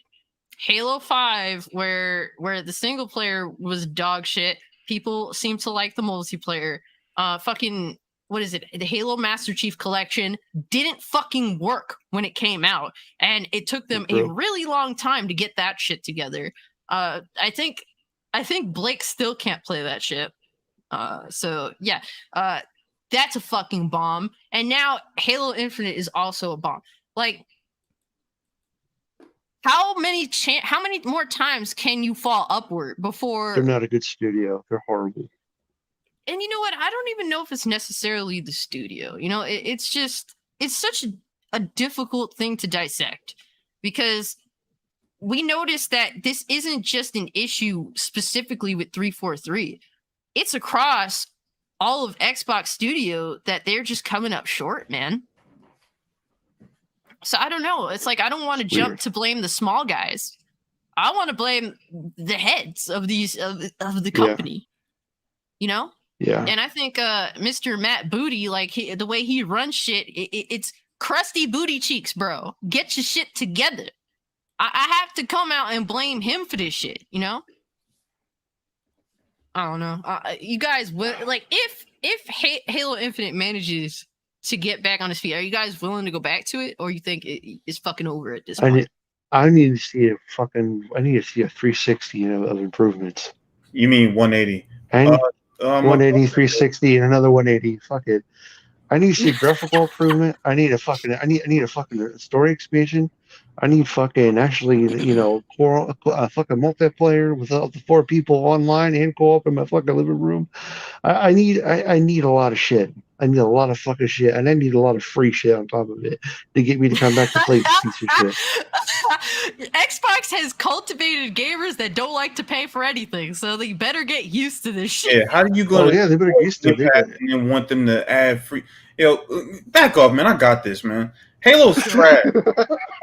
There's nothing that's gonna make it better. Like, there's nothing that's gonna make it better. The game is garbage. Like, you haven't included any new maps. There hasn't been any new content, and then you delay it all the way up until next year, which is in spring, I believe. Like that, no, that's not acceptable at all.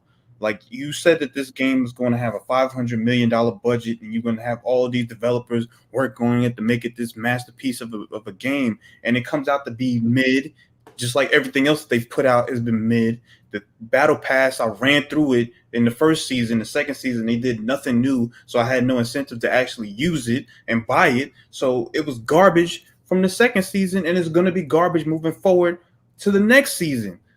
343 is garbage. They need to be taken to the back. Somebody needs to grab a 12 gauge and give them a nice send off. Nice off.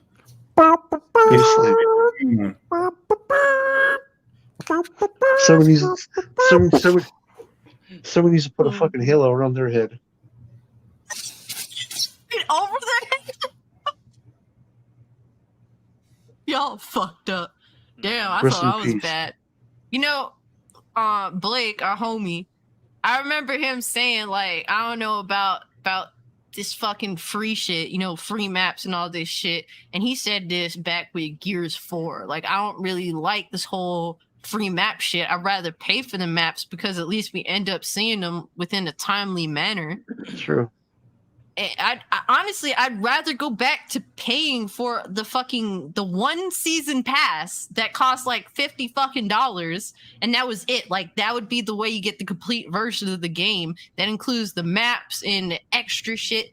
Like, because then it's like they get to pull out this card now with the fact that, oh, it's free. Like, you're just entitled. You feel entitled to this content. It's like, you are the ones that feel as though you're entitled to my time. That's not how it Right. fucking works. Either you Right. make the game good and interesting for people to engage, or people are going to jump on the next fucking thing. You're not entitled to my time. I'm saying I'd rather pay for the fucking maps and for all the DLC, because then at least that gives you some kind of incentive to deliver.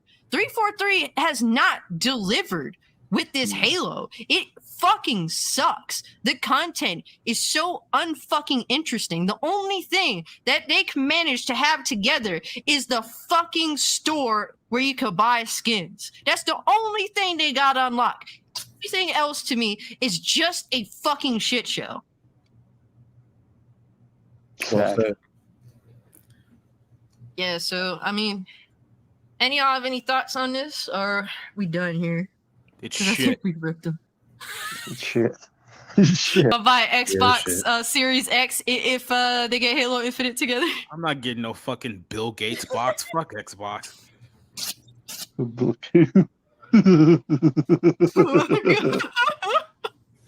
Oh, well, this has been an interesting show. Fuck, no, Okay. fuck Bill Gates.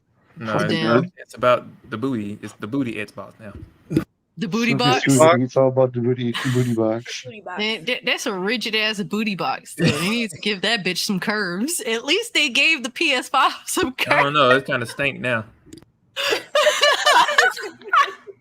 Damn. Stank booty box. That's what you said. Exactly. To me, at this point, the Xbox is just a lesser PC. Like, especially if you, I mean, look, I like that they made a more affordable box. Like the Series S, you know, it's a nice idea, but that bitch has the same resolution, it seems like, as the Switch. That's a problem, bro. No, that's one of the switches. Yo, they're saying games is running like some of them are dipping as far down in resolution as like 540p, bro. Like that shit is scary. Like I'm horrified.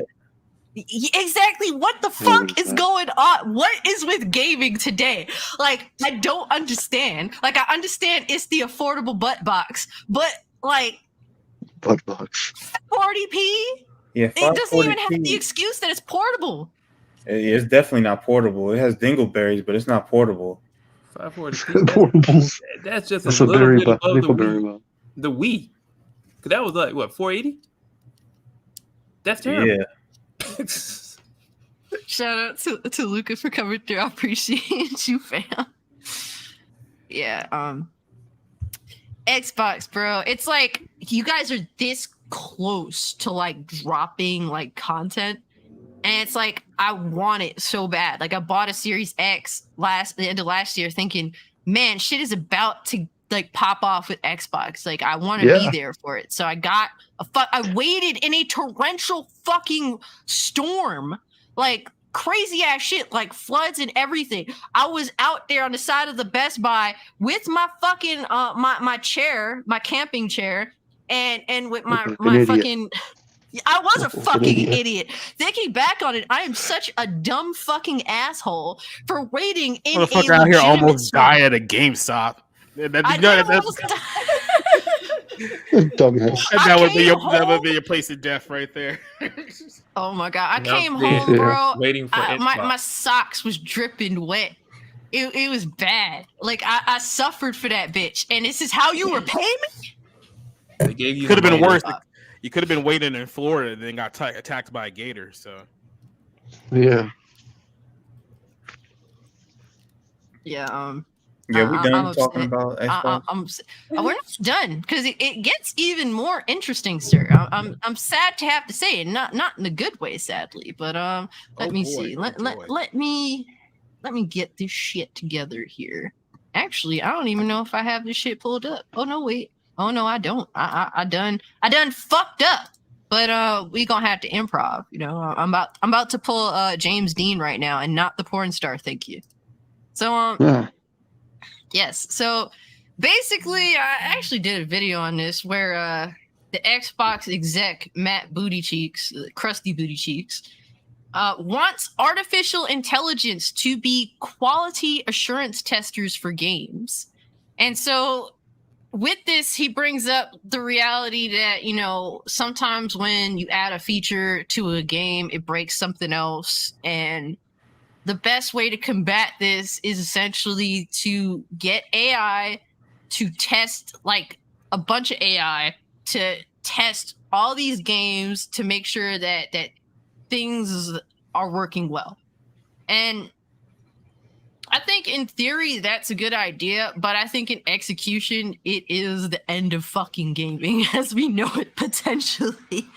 I don't know, like It's creepy. Like, so not only are robots going to take our jobs, but they're also going to play our video games for us too. soon they're going to make your video games and everything. I mean, we're going to be look, I'm coming from the perspective that modern gaming is becoming more and more uninteresting to me by the day. Like everything just feels like it's made. It's like fucking lukewarm fucking food that's edible, but it ain't good. It's just like, well, I'm poor and the microwave is out, like with the whole rolling blackout situation in California, for example. Like I can't really warm up my food in this microwave, so I'm just gonna eat it lukewarm, and it's really just some cheap ass bullshit that will just get me by. That's how gaming has become for me. You go to the gas station in California where it's like $10 a gallon, and then you buy a gallon of gas, then you put gasoline in your generator, and then that's what you use on your microwave so that you can heat up your food and actually live. That's California in like 10 years, people. So, as far as gaming as of modern right now, there are just a few gems out there, and the rest of them is just kind of going back to being nostalgic at this point. Like I'm playing more retro games than anything. Like I'm playing a lot of Metrovania games, which are like mainly 2D games at the most. So that's like all like retro going further back, just remembering when games were good, when things were simple, when there was no woke agendas and things were just good. Like for me, my game of the year is still Ninja Turtle Shredder's Revenge. That's my game of the year. Yeah. I mean, like the thing is, and it's like we have that situation, but here's this also growing situation where, we want AI to test games for us instead of actual human beings, and it's like, okay, in theory, that's a good idea because AI can go through things way faster. I get all that shit. You can have fucking 100 AI instead of like 5 testers. I get it. Sadly, you're eliminating jobs. That's just the reality of the situation. But I feel like this could be abused badly. Like not just be quality assurance testers, but like basically, I feel as though potentially this will become a situation where they get AI to not only quality test games, but also to make decisions on what's good for a game, just going through algorithms on what makes the quote unquote ideal game. And, as we know it, like AI doesn't understand nuance. It's not going to understand what people are really truly into. It's just, well, they're just going to decide based on an algorithm that doesn't have any personality whatsoever. I feel like this is the future where they're afraid AI is going to decide. Yay, transhumanism. iRobot. They're afraid. They're afraid of criticism, real criticism. They can't handle it. So this is why the AI robots do it. We're going to turn. They're not going to get genuine real life. You can't really replace what a human does with game testing. Just the ideas that we can just come up with, creativity, we can come up with just a test if this is broken or not, or this mechanic doesn't work, or just even the fact that, hey, this shouldn't even be in the game at this point. Like, especially in fighting games, there's so many mechanics. People like they beg and plead for like a balanced fighting game, but do you know what a balanced fighting game is? It's the most broken shit that you can play. That's the most balanced fighting game where everybody's broken. Yeah, but like there's no genuine response behind it. Like what I noticed is that when they try to truly balance a game and make it like super small in scope of what everyone could do, is boring as fuck. Like nobody wants to watch that shit. Yeah, everybody wants to see something like busted. Like they want to see like this big damaging combo that somebody can't do versus the next person. That's how you create your hierarchy of games or hierarchy of characters in a fighting game. Everybody is not supposed to be on the same level. That's just like in real life. Everybody's not on the same level. So you got your underdogs, you got your wild cards, and you got your different people who have different things of what next. That's just how it goes. It's all about who can take it from the next.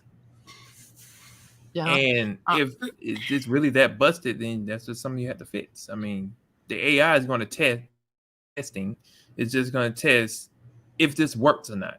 It doesn't say, will this be good for the game? Is this best for business right now? There's a whole bunch of stuff in games that are still relevant in the game just because it was a glitch. Matter of fact, combos was a glitch. Like that was the first thing that came to Street Fighter because it was a glitch, which just maintained the thing. So AIs are not going to be like, well, this is just bad. That's what AI. That's what an AI test is going to be. Oh, this ain't good. Yeah, exactly. This is wrong. Yeah, you shouldn't hit nobody and they can't do anything about it. Oh, okay. I mean, at this point, it's just going back to there and bringing what's going on now. Like even when I have a couple friends who did testing for Warner Brothers when they did Injustice, they found over 10,000 bugs in the game. Yes, they let the developers know that, hey, you know, this is in the game, and a lot of that stuff still stayed in the game. They didn't take it out. I mean, it just come to the point like, if you found 10,000 bugs in a game that was pre-released in its alpha or beta form, just by human AI testers, granted, they hired like a lot of top players to test the game at the studio, and they were like doing like tournaments weekly to test the game. So that's like real testing. And they found over 10,000 bugs, and a lot of them still stayed in the game.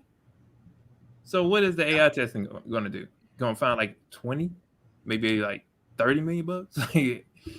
What you going to do about it then? Like the scary thing that I just now thought about with this whole process too is that with them developing the AI, they're not going to double check the AI and stuff either. They're going to see all the errors and stuff and be like, okay, whatever, this don't got nothing to do with us, and just release the game as it is.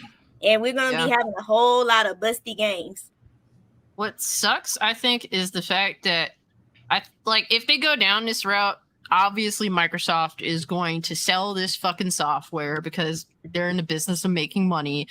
All these companies are going to use the same software, and this software, these AI testers are going to remove all the personality from all these games. And my problem is now that all these games feel the fucking same for the most part. Like from AAA developers, they all feel the fucking same. And they have such little personality, a lot of them. And it's like, I feel like that this is just going to be times 1,000 with AI quality assurance testing and just going the AI route to test everything in general.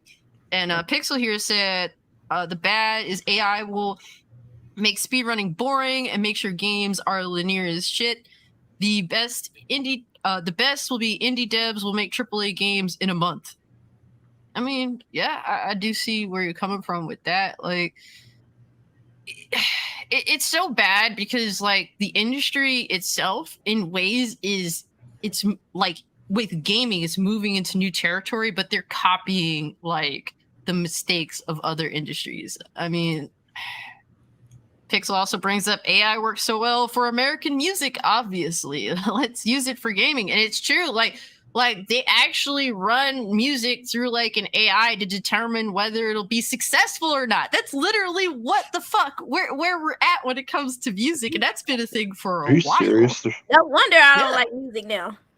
Exactly. I don't want to fucking listen to it because it doesn't have any character to me, music now. It's just who can be the most fucking juvenile and just make the most generic shit that copies every fucking thing else and everything sounds the same. So it's like, I don't care.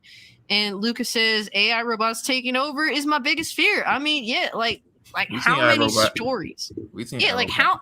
how many films talk about this shit? And it's all this shit is a fucking warning. How many books talk about this shit? And we're It's still called- going down.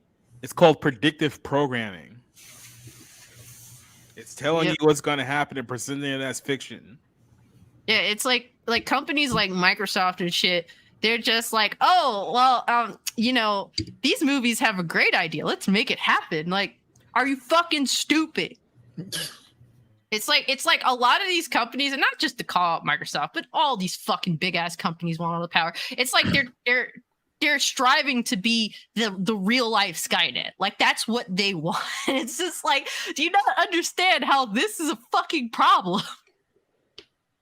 Guys, I don't like it. It's like, in theory, I think it could be a good idea for certain games, but in execution, we know, at least I know, it'll be abused.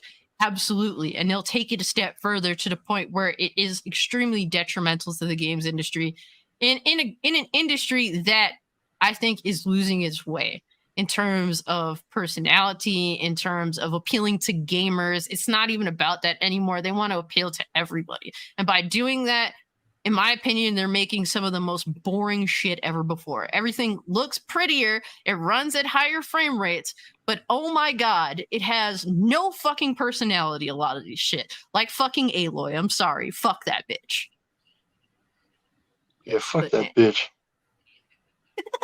I always throw Aloy under the bus. I can't help it. Because it's like, I want to like Horizon. I want to like Horizon Zero Dawn, but I can't. Because this bitch is so fucking boring that I want to die just looking at her. Let's kill giant robots with fucking arrows. Cool. All right, guys. Any final thoughts on this situation? I mean, I'm scared. We're all scared. It's gonna be shit. I agree. Damn. Yeah, I don't. It's inevitable. You just have. It is what it is. If they see the flaws in it, then they'll correct it the way they need to and go back. But for now, they're gonna do what they want. Proper shite. Shite. Striker, I don't know if you could see this comment that I have, but I think since you are the fighting game aficionado, I guess we should say, I think that's more of a question towards you. Striker, you there? 50 different. Yeah, I'm just reading. The Street Fighter 2, Gotcha. like Street Fighter 4 Ultra, pretty much they had made everyone make sense in regards to balancing all the characters properly. So that's why it's the best version of Street Fighter 4. Street Fighter 2, what's the best version? Maybe Turbo?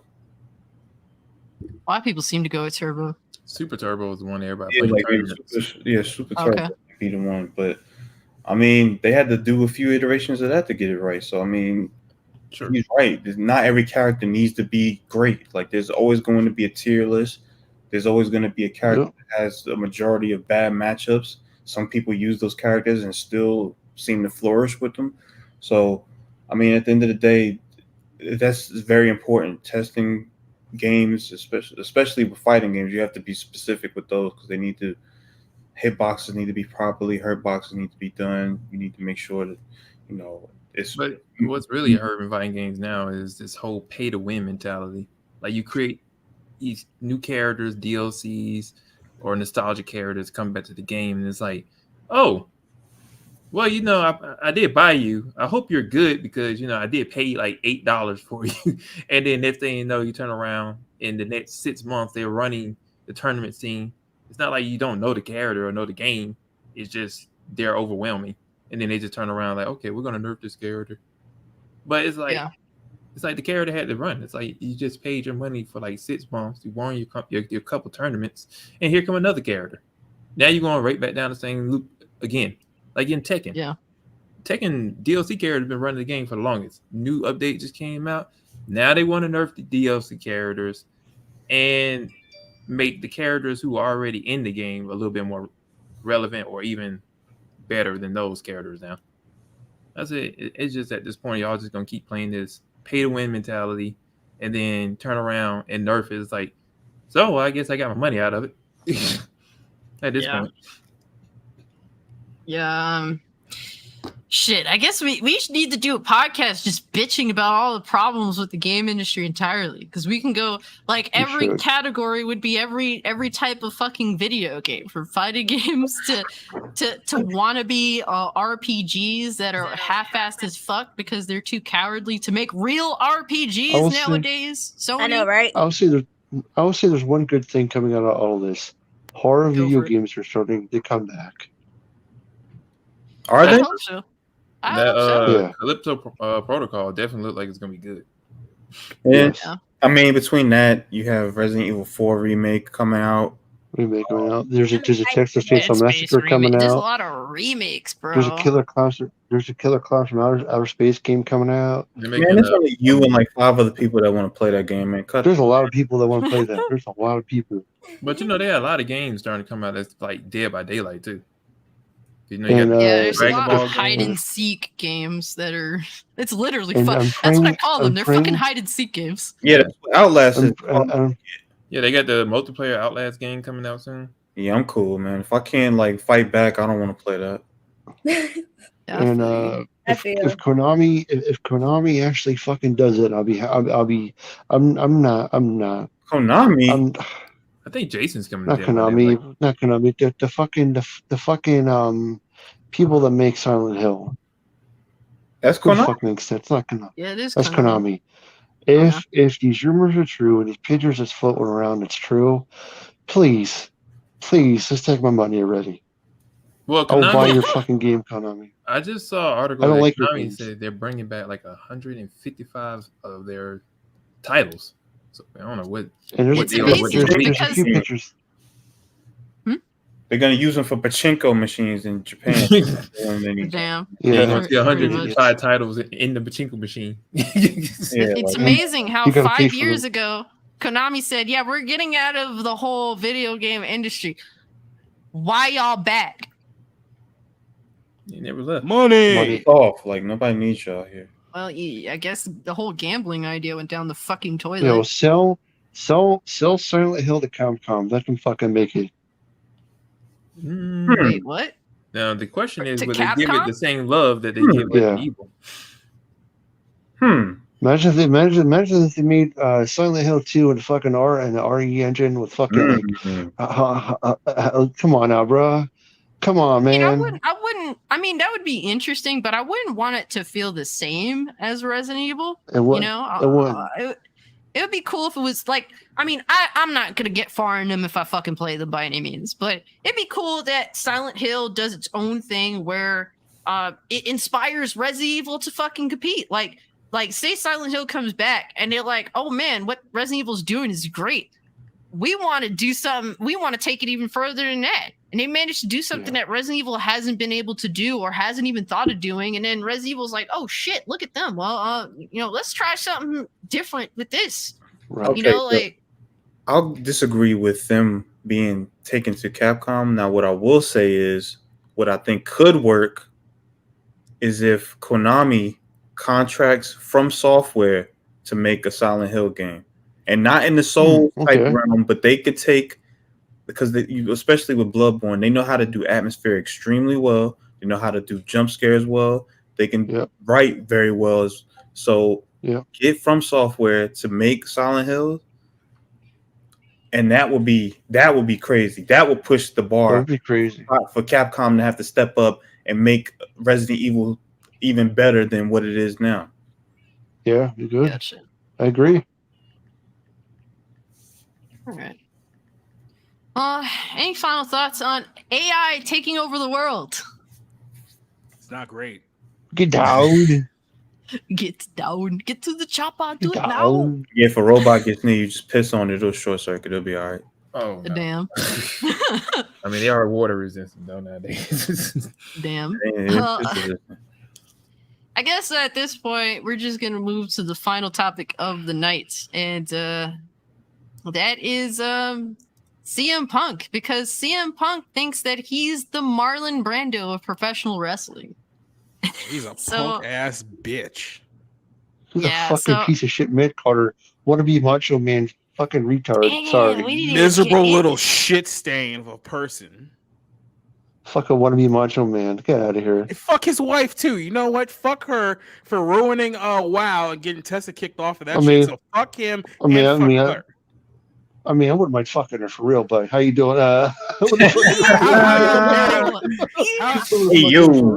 y'all married for 10 years and ain't got no fucking kids? How you doing? They ain't sus. This got really personal and sus as fuck. I do not. Cult Classic Cage do not co-sign. Shut the fuck up, bitch. Cult Classic Cage do not co-sign anything Ozzknot's hoe ass has said in the past 30 seconds. Okay, thank you. But I fully endorse everything I said in the last 2 minutes. So do I. Hope he gets fired. So, yikes. Well, at this point, I actually want to watch this video. In Chicago. Damn. So he's looking a little rough than when I remember him. Damn, yeah. Well, he's like 10 years older from what you remember of him. But he's the only dude he's the only dude who claims to not take drugs or alcohol, but he looks like a fucking meth addict. He does. Well, so a lot of people have been talking about CM Punk with this video, but my thing is, I want to highlight how much of a punk ass bitch fucking Tony Khan is for this shit. Let's just watch this fucking bullshit. Let me know how the audio levels are, because I'm hoping this shit works, because you know me and audio don't seem to work very well on here. My point is, if you fancy yourself a journalist, even if it's for the silly world of professional wrestling, and you have journalistic integrity, look at how much of a bitch Tony Khan is. Mostly that are bullshit and slanderous lies against myself. If you are friends with somebody, you blew my spot. If you're not friends, he does look like a coke guy. Looks like he wants to suck off CM Punk real bad. Hold on. I haven't had anything to do with Scott Colton in almost a decade. Probably wanted nothing to do with him even longer than that. It's fucking unfortunate that I have to come up here and speak on this when I'm on my time and this is a fucking business. Why I'm a grown-ass adult man and I decide not to be friends with somebody is nobody else's fucking business. But my friends, if I fall backwards, will catch me. Scott Colton, I felt, never would have. My problem was I wanted to bring a guy with me to the top that did not want to see me at the top. Okay? You call it jealousy, you call it envy, whatever the fuck it is. My relationship with Scott Colton ended long before I paid all of his bills. I have every receipt. I have every invoice. I have every email.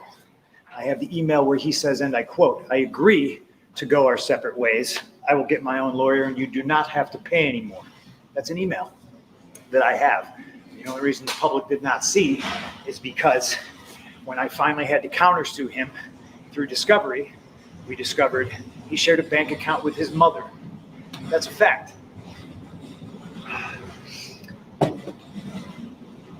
And as soon as we discovered that fact and we subpoenaed old Marcia, he sent the email, "Oh, can we please drop all this?" Now, it's 2022. I haven't been friends with this guy since at least 2014, late 2013. And the fact that I have to sit up here because we have irresponsible people who call themselves EVPs and couldn't fucking manage a target, and they spread lies and bullshit and put into a media that I got somebody Can you fired pause it when for I have 1 second? fuck all to do with him. Want nothing to do with him. Do not care where he works, where he doesn't work, where he eats, where he sleeps. And the fact that I have to get up here and do this in 2022 is fucking embarrassing. And if y'all are at fault, fuck you. If you're not, I apologize. But what did I ever do in this world to deserve an empty-headed fucking dumb fuck like Hangman Adam Page to go out on national television and fucking go into business for himself? For what? What did I do, Dave? What did I ever do? You tell me. Didn't do a goddamn thing. What's your name, sir? Dominic D'Angelo. Fuck the Pittsburgh Pirates. What are you doing? I'm from Pittsburgh. I made it really clear in Forbes, and I just want to make it clear again. Nick, It's not his position to make it very fucking clear. There's people who call themselves Dude just EVPs. completely bitched out the They should owner have of the fucking company. known better. This shit was none of their business. I understand sticking up for your fucking friends. I fucking get it. I stuck up for that guy more than anybody. Okay? I paid his bills. until I didn't, and it was my decision not to. Yeah, but I shouldn't have no commented when Nick first said it. It's my fault, and if I hadn't, it's my fault. It's my I fault. appreciate I that, should have but just taken it head on because you never said But I'm trying to anything. run a fucking business, and when somebody who hasn't done a damn thing We're in just this bitching business out this dude jeopardizes the first $1 million house that this company has ever drawn off of my back and goes on national television and does that, it's a disgrace to this industry. It's a disgrace to this company. Now, we're far beyond apologies, right? I gave him a fucking chance. It did not get handled, and you saw what I had to do, which is very regrettable, lowering myself to his fucking level. But that's where we're at right now. And I will still walk up and down this hallway and say, if you have a fucking problem Look at with how me, interested he's take it up with actually me. in his Let's storyline fucking go. situation. Watch. What's your question, Nick? First of all, you're always very nice to me, and thank you. All right, stop pussy. kissing his ass. I wanted to pussy. ask about MJF. Obviously, he played a voicemail from you before he came out. Obviously, confronted you, Punk. Why now? Why is MJF back in the fold now? How do you both feel about him being around? How do you feel about the time he spent away? All of that. Well, if I may, I'm the one who asked him to come back because MJF's a big star in this company, and this is one of the biggest events. A year ago, CM Punk debuted here, and I thought it was right for the fans. And like I said, for the fans, I thought the best thing that we could do as a company was bring MJF back. He wants me to work with pricks constantly. That's what it is. Nevertheless, two of the top wrestlers in the world, MJF and CM Punk. Look at how Big match interested. down the line. And then he Sorry goes to back keep bringing to this fucking up. the but past. I've never subject. spoken his word, and I don't know how long, so I'm a little fucking pissed off about it. That's fine. When it came down that he was going to sue me, I asked. And he's still talking about He fucking refused. Colt. Like, Wayne already moved I asked for on. mediation. It was Exactly. denied. I offered him money. He said it was not enough. And this is He went ahead with the lawsuit and sued. look. You The missed reason- one key point there that I was trying to go back to. When he says that the EVPs aren't good enough to hold a target, you missed the Tony Khan, the look on Tony Khan's face. Like he's like sitting there just having to eat. CM Yeah. Punk running down basically his entire locker room, like right in front of his face, and having to sit there and pretend like he's completely cool with it. I just But- go but show you. Go ahead. A lot of people like want to talk about CM Punk specifically. Look at how much of a fucking bitch Tony Khan is. He should be fucking. He should be roasted more than CM Punk is, because CM Punk, I think he thinks that he's the owner of AEW. You know, he does. looks like he doesn't visually. He looks like he doesn't have a fucking pot to piss in from how much of a crummy fucking old looking scumbag he is. But and then everyone fucking licks his fucking ball sack from front to back. Like, these motherfuckers are scared to fuck with this guy. And it's like, bro, not only him, the fucking journalists who was sitting there getting yelled at, they're also too scared to fucking say anything back to Punk. exactly. So when he goes on to, he's like, "What's your question, Nick?" Is like, I just want to tell you, you've always been very, very nice to me. And I just like, I would have been like, dude, who you getting loud with? pussy. Like who the fuck you getting loud with? Like, or whatever you issue or drama you got going on right now, I didn't do it to you. So you might want to turn that shit Could down you to like a 5 imagine? right now. Could you imagine someone doing that and sitting next to Triple H? Or Vince McMahon. Or Yeah, you Vince. think- That's Oh, what I'd rather Vince- bring up. Like, imagine Vince would have punched him Vince. on the spot. Vince is a piece of shit, but he would have put him in his place real fucking quick. He's like, "Listen, bitch, I'm Satan. You don't fuck with me." Let's be real now. CM Punk clearly has zero interest in the whole wrestling thing. He thinks that he's better than professional wrestling. He has clear disdain for the very sport itself. But that's the only thing he can here's the potentially be successful in. There's nothing else that he can do. He's tried it, and he's a fucking abysmal failure, from doing film to getting the shit kicked out of him in MMA. Like, he fucking sucks at everything else. So it's like, you're not above professional wrestling. You're lucky you can hang. You're a fucking mid-carder, bro. Well, here's the thing. The only reason why CM Punk even came back is because he found a fucking simp chud who actually was willing to pay him $5 million a year, who wasn't named Vince McMahon. That's the only reason why he's even in this company right now. Mhm. It's because Tony Khan is a fucking mark. He's a fucking mark for CM Punk. And he paid him $5 million to come be a part of his little rinky-dink company. Now, dude's only been there, what, 1 year? Like I said, 1 year he's been in the company, and he's already got beef with the entire fucking locker room. No one wants to work with him anymore now, so they have to make a decision if they're going to keep this fucking chud or not. And then what's he gonna do? He's gonna he can't go back to WWE because Triple H hates him more than fucking Vince does. So that shit's already out the fucking window. So he'll be done. He'll take whatever money he gets from Tony Khan and go back to Twitter where he can go talk about Marvel comics and bits about Trump. That'll be his life until he fucking dies. So do you want to go through just what has happened since that interview? Because people at this point have been suspended. And yeah, so immediately after that little rant, and then you've got to play one point where he goes out there and says that if you have a fucking problem with me, then come bring it up with me. Basically saying that hey, if you want the smoke, then come get it, right?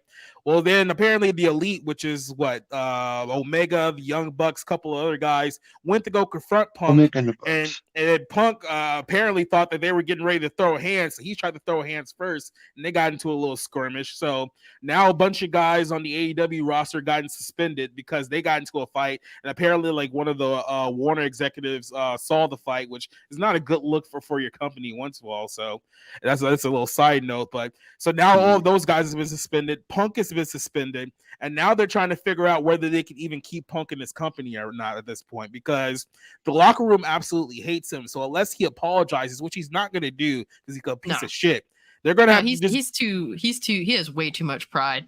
Yeah. So the only other option they can do is that they're going to have to fire him. They're going to have to let him go because nobody in the locker room now wants him there. Like nobody is going to want him there. Probably the next time he shows his face there, he's probably going to get fucking jumped. So yeah. And Dre saying like they he should have handled that shit privately, and it's like I completely agree. I was saying like some dude in like some comic section, Hustle Motivates comments on his video was like, oh, like trying to defend CM Punk, and it's like my thing is CM Punk said that it's sad that he has to come and address this. You didn't have to come and address this. You just want all of the attention. That's all you want. Your attention whore. So Punk is mad is because like 3 or 4 months ago he was in a feud with Hangman Page, right? And Page said a line in a promo that inferred to like his relationship with Colt Cabana, which Punk obviously got super fucking butthurt by because he thought that was Hangman going into business by himself. So he's making up this whole lie in his head that by saying that line you jeopardize the first $1 million gate on the company's back that I brought in, right? So he's been boo-boo face for a while about this. So then about a month ago, he's on Dynamite, and he calls out Adam Page, knowing that Adam Page wasn't even in the arena that night, right? So he calls him out on live television just to kind of like punk him out and make him look like a bitch, even though he knew there was no way he was going to respond. So this has been boiling over since then. And now he's in a feud with fucking Moxley. He wins the title in his own hometown again. And he decides that, you know what, now I'm going to use this as an opportunity to air out all my grievances with fucking Colt Cabana, a guy who probably hasn't been in the company in like 6 months because he doesn't want anything to fucking do with Punk in the first place. But because Punk's a whiny, thin-skinned little bitch that he had to go there and make the entire fucking thing about him, right? So he's sitting there, like, keep in mind, MJF had just came back. Like, MJF had been off the TV for like 3 months. He finally comes back. And what are we talking about? We're talking about Colt Cabana sharing a bank account with his mom. Like that's what we're fucking talking about for 20 minutes now. So he ended up hijacking the entire event, made everything about himself, and now nobody wants anything to do with him.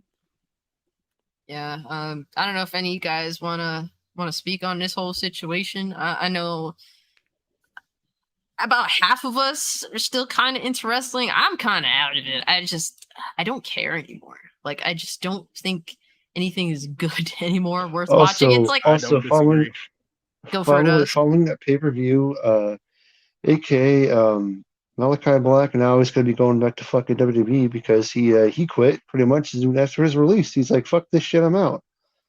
Yeah, there's a few people. There's a few people in AEW right now that have requested their retweet. Yeah, because what's happened is that here's the thing: if Punk has 1 point, he was bitching about the media writing stories that made him look bad. But here's the thing: the wrestling media has been protecting AEW's backstage bullshit for quite some time now, right? Because they want the narrative to be out there that AEW is this awesome place to work, and all the problems are in WWE, and that's kind of the picture they've painted over. Nothing but backstage drama in AEW.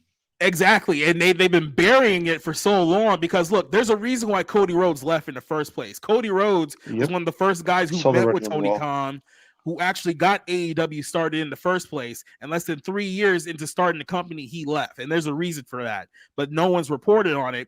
But now with this whole thing with CM Punk has now aired out all his grievances in public, so they can no longer spin this to be like, if Punk hadn't gone up there and said what he said, they would have been reporting on this like, oh, you know, there's a little bit of heat backstage, but it's no big deal. But now that Punk said what he said, they can't bury what's been going on backstage anymore. Like, it's a fucking mess right now. Yeah, I mean, look, Nuke Dukem says because CM Punk's dick is tiny. Look, the only thing I have to say is Punk is just an old bitch. Listen, he ain't at the peak of his talent anymore. You know, he's basically he had his moment, and now this is the decline. All Punk has now is that he just talks shit. He's just an old fuck that talks shit. The dude with the tiny penis here is clearly Tony Khan. He fucking runs the company, and he just got bitch made in front of everybody. All right? Yeah. Nobody's going to respect this motherfucker. I wouldn't. I'd laugh at this dude even if he was paying my fucking bills. He's a fucking loser, Tony Khan. And I think that he should be roasted. Tony Khan's MJF said it better last night. He said the best last night. That he actually would go to a real wrestling company with real fans and actually want to work for a real wrestling boss. The Triple H, pretty much the game. Yeah, Tony Khan's a fucking... Here's the thing you have to remember about Tony Khan. Tony Khan is not well-liked in the world of sports at all. Like, Jaguars fans don't like him. Fulham fans don't like him. The only place where he's liked is pro wrestling because he signed a bunch of fucking indie guys that the online people liked. But outside of that, no one really likes the dude because he's a fucking whiny, entitled little, like, rich boy son. And like he has no authority whatsoever. He has no leadership skills whatsoever, which is why CM Punk just completely walked all over him when Tony was trying to like move the conversation along. And Punk was like, "No, it's not your job to speak for me," and that basically just made him look like a bitch. Like you wouldn't think watching that video that Punk was sitting next to the fucking owner of the company watching that video. Yeah, it's like, yo, like. That was because when I first seen the interview, it was just CM Punk on his own. I didn't see that Tony Khan was right next to him. I think you were the one that said, someone mentioned that Tony Khan is actually sitting right next to him. I'm like, hold up. And I was like looking that shit up. So I found this video of it. I was attentively watching Tony Khan. And all I see is just bitch-made pussy motherfucker sitting here. Like that's all I see, and that is fucking weakness. There is no way, in my opinion, that AEW is gonna last long. When you got this fucking loser getting fucking made out to look like a little punk bitch. There's no way. There's a part in the interview where there's a part in the video where he talks about the old Jim Crockett days, the old territory. He's like, I'm not fucking Jim Crockett. I got way more fucking money than Jim Crockett. I ain't gonna fucking take that shit. Well, bitch, you look like a pussy bitch, and he ain't got the fucking money to do it. Come on, it's your daddy's money. Can you imagine Vince McMahon sitting there while CM Punk is running down his company? He would slap the shit out of him. You would literally smack the shit out of you. He would smack whatever teeth Punk has left in his fucking mouth. Straight up. Smack his fucking his dentures the fuck out. Vince is a fucking lunatic who's like legitimately tried to like start shit with like Kurt Angle and Brock Lesnar just to see how tough he is in real life. Like he would smack the shit out of Punk and fire him on the spot if he tried to do that shit.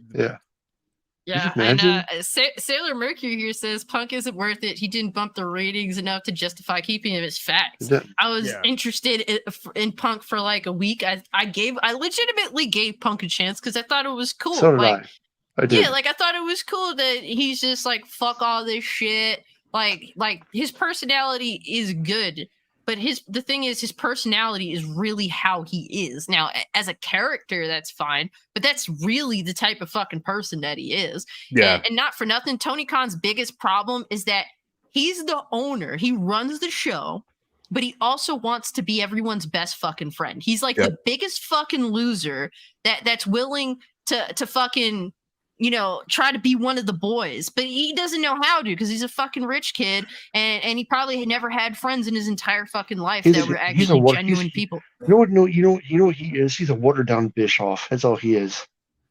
But even Bischoff has more balls than that. But he does. It's like, look, man, and look, I remember my mother used to tell me this shit specifically because when you're a teenager, you definitely like to test the waters when it comes to what you can get away with your parents. But there's times where my mother had to remind me that I'm your mother, not your friend.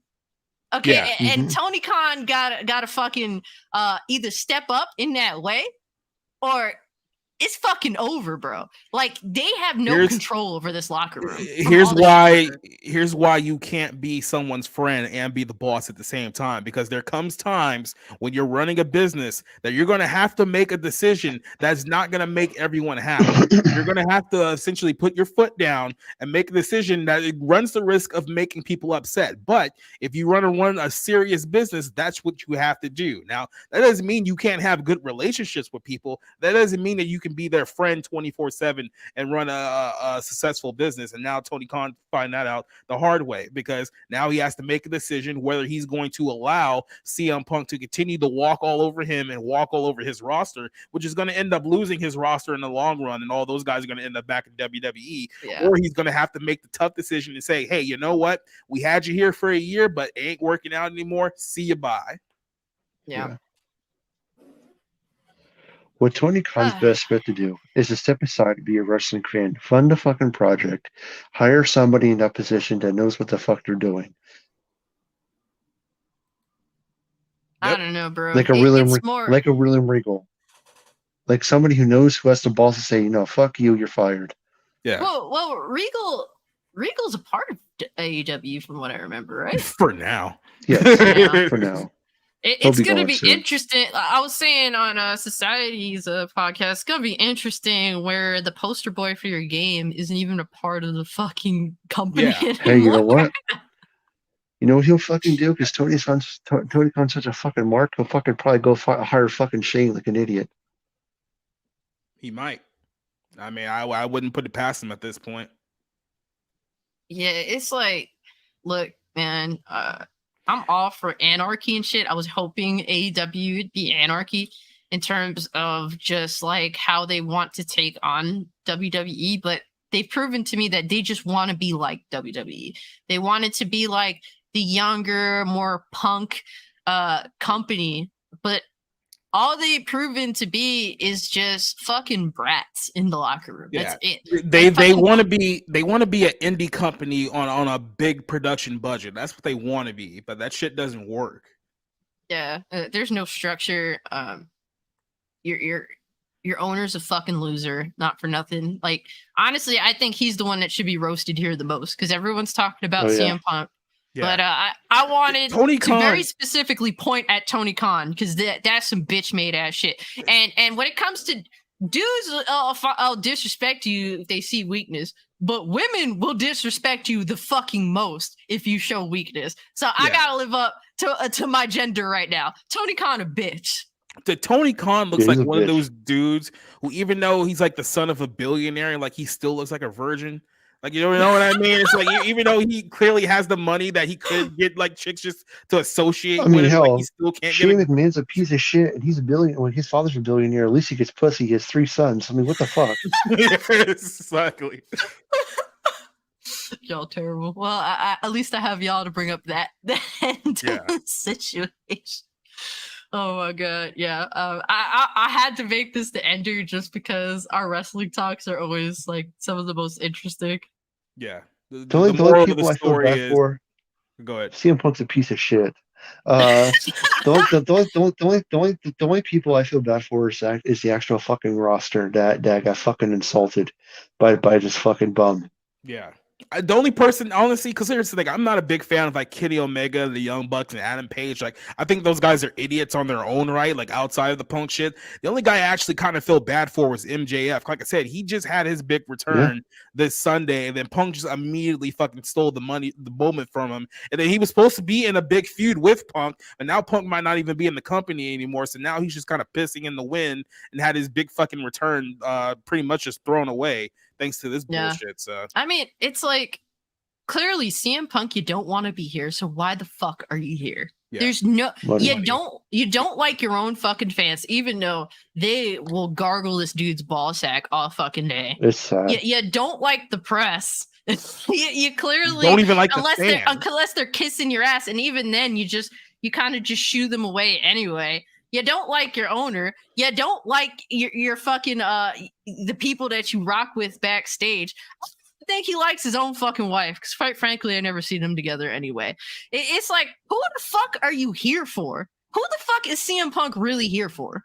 Hey, keep in mind, the person who puts him in his fucking place the most is fucking hilarious. If you're ever gonna look at it, him and Kevin Owens puts this motherfucker in his place every time. You should go on fucking Twitter. My God, he fucking destroys CM Punk on fucking social media, and it's hilarious. Yeah. There's a point where Kevin Owens is like, "You're supposed to be this fucking, spokesperson for the fucking masses." He's like, "But why when I put you in your fucking place, you don't say shit. You hide behind your fucking keyboard." CM Punk doesn't say shit back to him. Nope. Not at all. There's a few guys who have stories like that. Like obviously you heard like Booker T. I said a couple of stories about Punk pretending like he's the locker room leader and people having to like put him in his fucking place because of his ego. But the story I was just going to play real quick before we wrap this up is that a couple of years ago, if you remember, they brought CM Punk back to that Fox show that WWE was doing when they had SmackDown on there. The word was that Fox as a network wanted Punk on back in WWE because I guess there's a fucking mark for CM Punk, and WWE had to essentially tell Fox outright, look, we don't want this dude back. Like, this dude's a fucking cancer in the locker room. Most of our guys who are here now do not want to work with him. Like, they don't want to put up with his bullshit. They don't want to put up with his attitude. I know you're a mark for the pipe bomb and then bullshit like that, but we don't want this guy around here. So we don't even care, because I think Fox even at one point offered to be like, hey, look, we'll pay his salary. That way you won't even come out of like your checkbook. Like, we'll pay his salary just to have him on the show. And WWE's like, no, we don't want him here, period. And now you're seeing exactly why they didn't want him back. Yeah. Yeah, and Sailor Mercury says, I used to love AJ Lee in WWE. Not sure what she saw at CM Punk. I mean, look, I'm actually an AJ Lee fan. Don't get me wrong. I really thought that in terms of being good at doing promos and shit, like, she has something to add to women's wrestling, because unfortunately a lot of the women's wrestlers can't promo for shit. So I think that she would have a lot to add in terms of helping that situation that desperately needs fucking help. But AJ Lee, unfortunately, is just as cancerous as CM Punk, except, like, since she's a woman, she gets put on a pedestal for being an asshole. Whereas CM Punk, he's like a 45-year-old loser that literally is not really, he's not good in, he's not great in anything necessarily besides being a fucking asshole. So that's literally what it is. It's more so, since she's a woman, she kind of just gets this platform to be an asshole, and people don't really check her. Whereas with Punk, obviously, he's an old fuck. And so people do tend to check him more. I'm going to go on a limb here. I'm going to make a really crazy prediction. If CM Punk is still there, I guarantee you the Bunks and Kenny Omega are going to leave and go to WWE. Yeah, so somebody's leaving. And if I'm Tony Khan, it's like, look, I'd much rather lose Punk than essentially half my roster by trying to keep Punk on the show. So And I guarantee you, if I'm Triple H, and I know how Triple H is, he's talking to them right fucking now. Oh, yeah. Absolutely. And why wouldn't you? Especially Kenny Omega.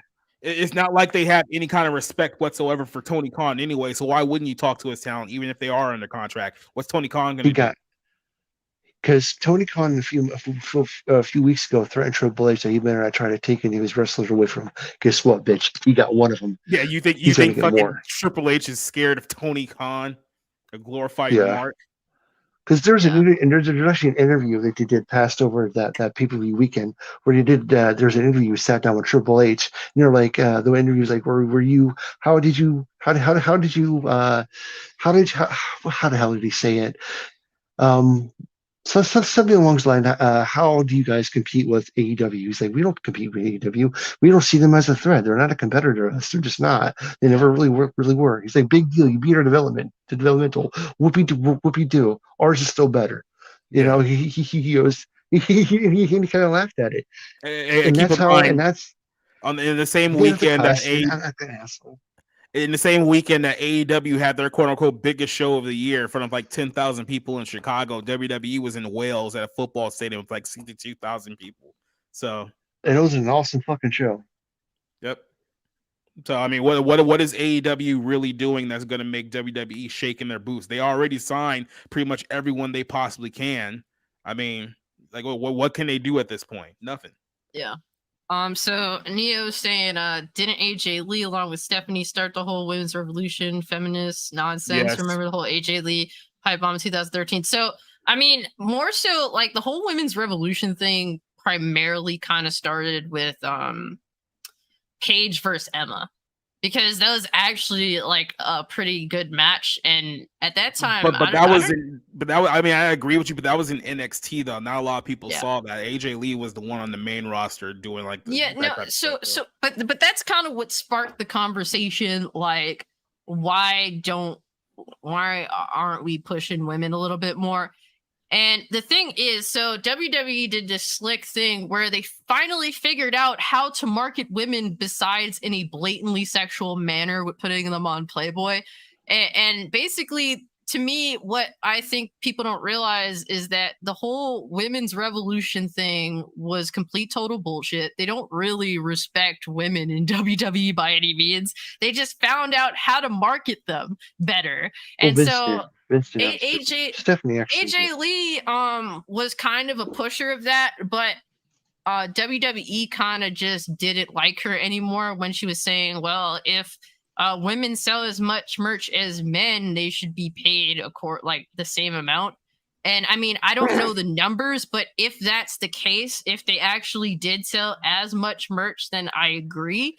But if they didn't, then that's a different story. So once she did that, Stephanie didn't really want to fuck with her anymore, sort of deal. So they kind of just wanted to phase her out. And then being with CM Punk. The other problem was that, like I said, around that time, AJ Lee also started dating CM Punk, who no one really truly liked anyway. So she got heat by association just by being with Punk in the first place. So yeah, so that's kind of like two big things that kind of added up against AJ Lee.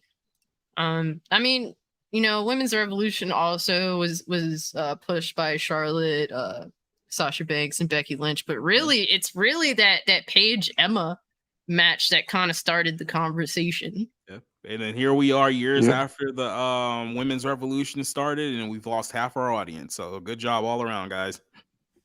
Yeah, I like AJ Lee, but not as a person. She's kind of just a cunt, if I'm just completely honest. Like I said, they're perfect for each other. It's like people think that she's nice, but she's really kind of not. No. But then again, they're in an industry that's full of assholes anyway. Like, they're a bunch of fucking bitch-made assholes. Be part of the biggest ones. Yeah, exactly. It's like they're kind of just like, well, we can out-asshole them all, and they prove it every chance that they get, sort of deal. But any last thoughts about CM Punk being a fucking asshole? Fuck him and his enjoy wife. Enjoy the unemployment line, scumbag. Yeah. Damn. I mean, I don't know. At this point, like, I'm unhappy that AEW is a fake anarchy company, so I would love to see CM Punk destroy it. That's the other thing that pisses me off. Tony Khan, stop being a bitch and be a boss. Like, that's the other thing that pisses me off. Is like all these fucking like pussy ass journalists are sitting there shaking in their boots because CM Punk is yelling at them. It's like, y'all saw his UFC career. You know he can't fight. Like, what are you scared of? Dude can't even throw a punch. Yeah. Like, stop. I mean, the media are a bunch of the biggest pussies ever before anyway. All they do is write fucking articles from their fucking 1-bedroom apartment that they share with like 5 coworkers. Like, these people can't fight either. They fucking drink soy and they get by on fucking peanuts in New York City or whatever shithole they crawled out of. So yeah. I mean, there's just a lot of bitch-made people in the company. And it shows because wrestlers don't even look like wrestlers anymore. Nope. They look exactly what they look like. Just a bunch of bitch-made pussies. Well, guys, at this point, I think we're going to start to wind it down. If you haven't, please like the vid. If you can, subscribe to the channel. It's been a good discussion. I had fun. I hope the panel had fun. I hope the chat had fun. If anyone wants to promote anything, please go right ahead. You can start with Society, sir. Well, depending how the fallout of the other backstage brawl, which happened in the UFC a couple of hours ago, I think we might be doing a UFC fight night this Saturday night, watching what's going to go down. So, if dudes are going to start, punching each other in the streets of Las Vegas, then I might as well give them a little bit of a watch this weekend. So, outside of that, Monday night we'll do a movie stream. Tuesday will be our bar room, and then Wednesday we're going to talk about Die Ranger. So, just subscribe to SocietyReviews.com. We got a lot coming up. Yeah, I'm about to link your channel in the description. Well, I'm going to link your channel in the chat. So that's Society's YouTube. If you do want to go check out his stuff, he constantly doing stuff. I'm there too. It's a chill channel. I love hanging out with y'all over there. So that's cool. Coco Nico, do you want to promote anything? I know we're trying to get you to go back to doing Twitch and all that. So yeah, actually, maybe if you're working on that right now, but most importantly, I just want everybody to support you. I really enjoyed this platform today. I really had fun just having discussions and stuff with you all. I really hope that I can be on this next time. If not, then most definitely I'll try to make time and stuff to join in on stuff like this. And you really it's so much fun. Yeah, like I love having like people I'm close to here, because it's like it feels like, oh, we're just talking shit like we did in PSN. Like that's what makes it cool, Like it's like this is just how we kind of are on the norm sort of deal. Say some insane shit, but that's I guess what makes it today. But then again, we didn't have half of the other party members and stuff too. Yeah, we held it down despite missing some of the crew. We lived it up for everyone, really. Yeah, we did. But do you want me to drop your Twitch in the chat for everyone to check out? Yeah, and everybody is more than welcome to check it out. But I will be coming back soon. So that's awesome. So there we go. And Oz, I don't know if you have anything to promote, but if you would like to address the chat in some way, shape, or form, you're more than welcome to, sir. Fuck CM Punk. and TJ Combo X, I don't know if you have anything to promote, but if you want to have any final words. Stupid dog too. Fuck a stupid dog. What, Larry? The ugliest dog on planet Earth? Throw him off a fucking roof. I'm done. I'll throw him off a fucking roof. Damn. SPCA, open up. Oh my gosh. TJ, you got any last words? Yeah. So I know I love animals. Winnie the Pooh is gonna be movie of the year, man. Hands down, no questions. Hands down. Make sure you go and support that movie. Wait, what movie? Winnie the Pooh movie. Oh, you talking about Blood and Honey? Mm-hmm. Yeah, movie of the year. Oh shit! That's a terrible combination. There's not much else to compete with, right? Like fucking hell, like might as well. They have the lane locked up, man. Let's do it. Yeah. If look, film has been so fucking bad that they actually have a chance. Yeah. it's sad to have to say that. B-rated movies definitely gonna have a chance nowadays. All this terribleness going on. Yeah. Striker, it is. I'm so glad to finally have you on. I know, right? I've been trying to do this for a minute, so the fact that you're here, I'm happy. And you also dragged along Coco Nico as well. So double win for me today. Like I am ecstatic, like, truly. Yeah. Well, it's been Striker does Twitch and everything, so definitely promote your stuff. What you got going on? Man, I have so many games I'm gonna be playing soon, and then we got Splatoon 3 coming out tomorrow. I will have that. But I'm going to be at work, Splatoon 3, so I will be doing a stream after work, probably around be 10:30, 11 ish, maybe 11:30 at night. You're a late nighter, so. Yeah, unfortunately, I have to be because I get off work at 9. We'll probably get home to around 10. You got to eat, chill, get your mind right. You know how it goes. Yep. That's how retail is. Yeah, my stream is a variety stream. So I play everything except sports games. I'm not really into sports games, except it's arcadey, like maybe Blitz or something like that. Okay. But yeah, you can always follow me at twitch.tv/Cyusstrike1. Then of course, for updates on any future streams, you can always follow me on my Twitter, which is Cyusstrike. I mean, I usually follow that name everywhere I go, even on PSN Cyusstrike_ATL. And I might be doing a stream tonight later. We'll see how that goes. And I might bring back maybe some more Xenoblade. Push that a little bit more. I think you should. That game is very interesting. Just the Yes, music yeah. That's what alone. I'm like, I kind of want to know what happens next where I'm at right now. So yeah, I think I might do that later on tonight. All right, that's what's up. So I just want to give a shout out to the chat, man. Y'all are fucking awesome. Like, shout out to Dre, Hustle, TW, Sailor Mercury. I know Coco Nico loves you. She's a big Sailor Moon fan. Yes, Neo, I appreciate the questions.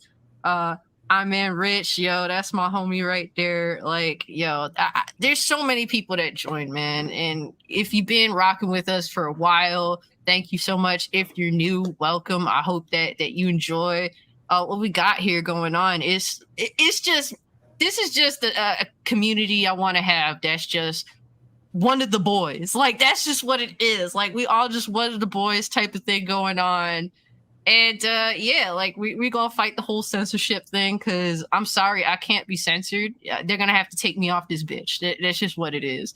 And my friends are just like that, so that's what makes it interesting. But yeah, anybody who can dig it, man, I appreciate y'all for coming through. You know, if you can, like the stream, follow the YouTube, you know, subscribe to the channel. I also got Twitch and Twitter going on. So Cult Classic Cage, YouTube, Cult Classic Cage, Twitch, and Cult Classic Cage, Twitter. Like, you know, if you want to talk, whatever, it's all good, you know. I'm having fun with this. That's the important thing, you know. So yeah, guys, thank you, panel, so much for coming through. I'm so ecstatic to be hanging with y'all. It's literally just another day. So I really do appreciate that. And we get to share it with so many other people. So yeah, panel, thank y'all so much. And yeah, I think with all that being said, we about to be out. So peace. Y'all Fuck you all. Later. Fuck you all. My bowls smell like vinegar. I'm out of here. Oh my God.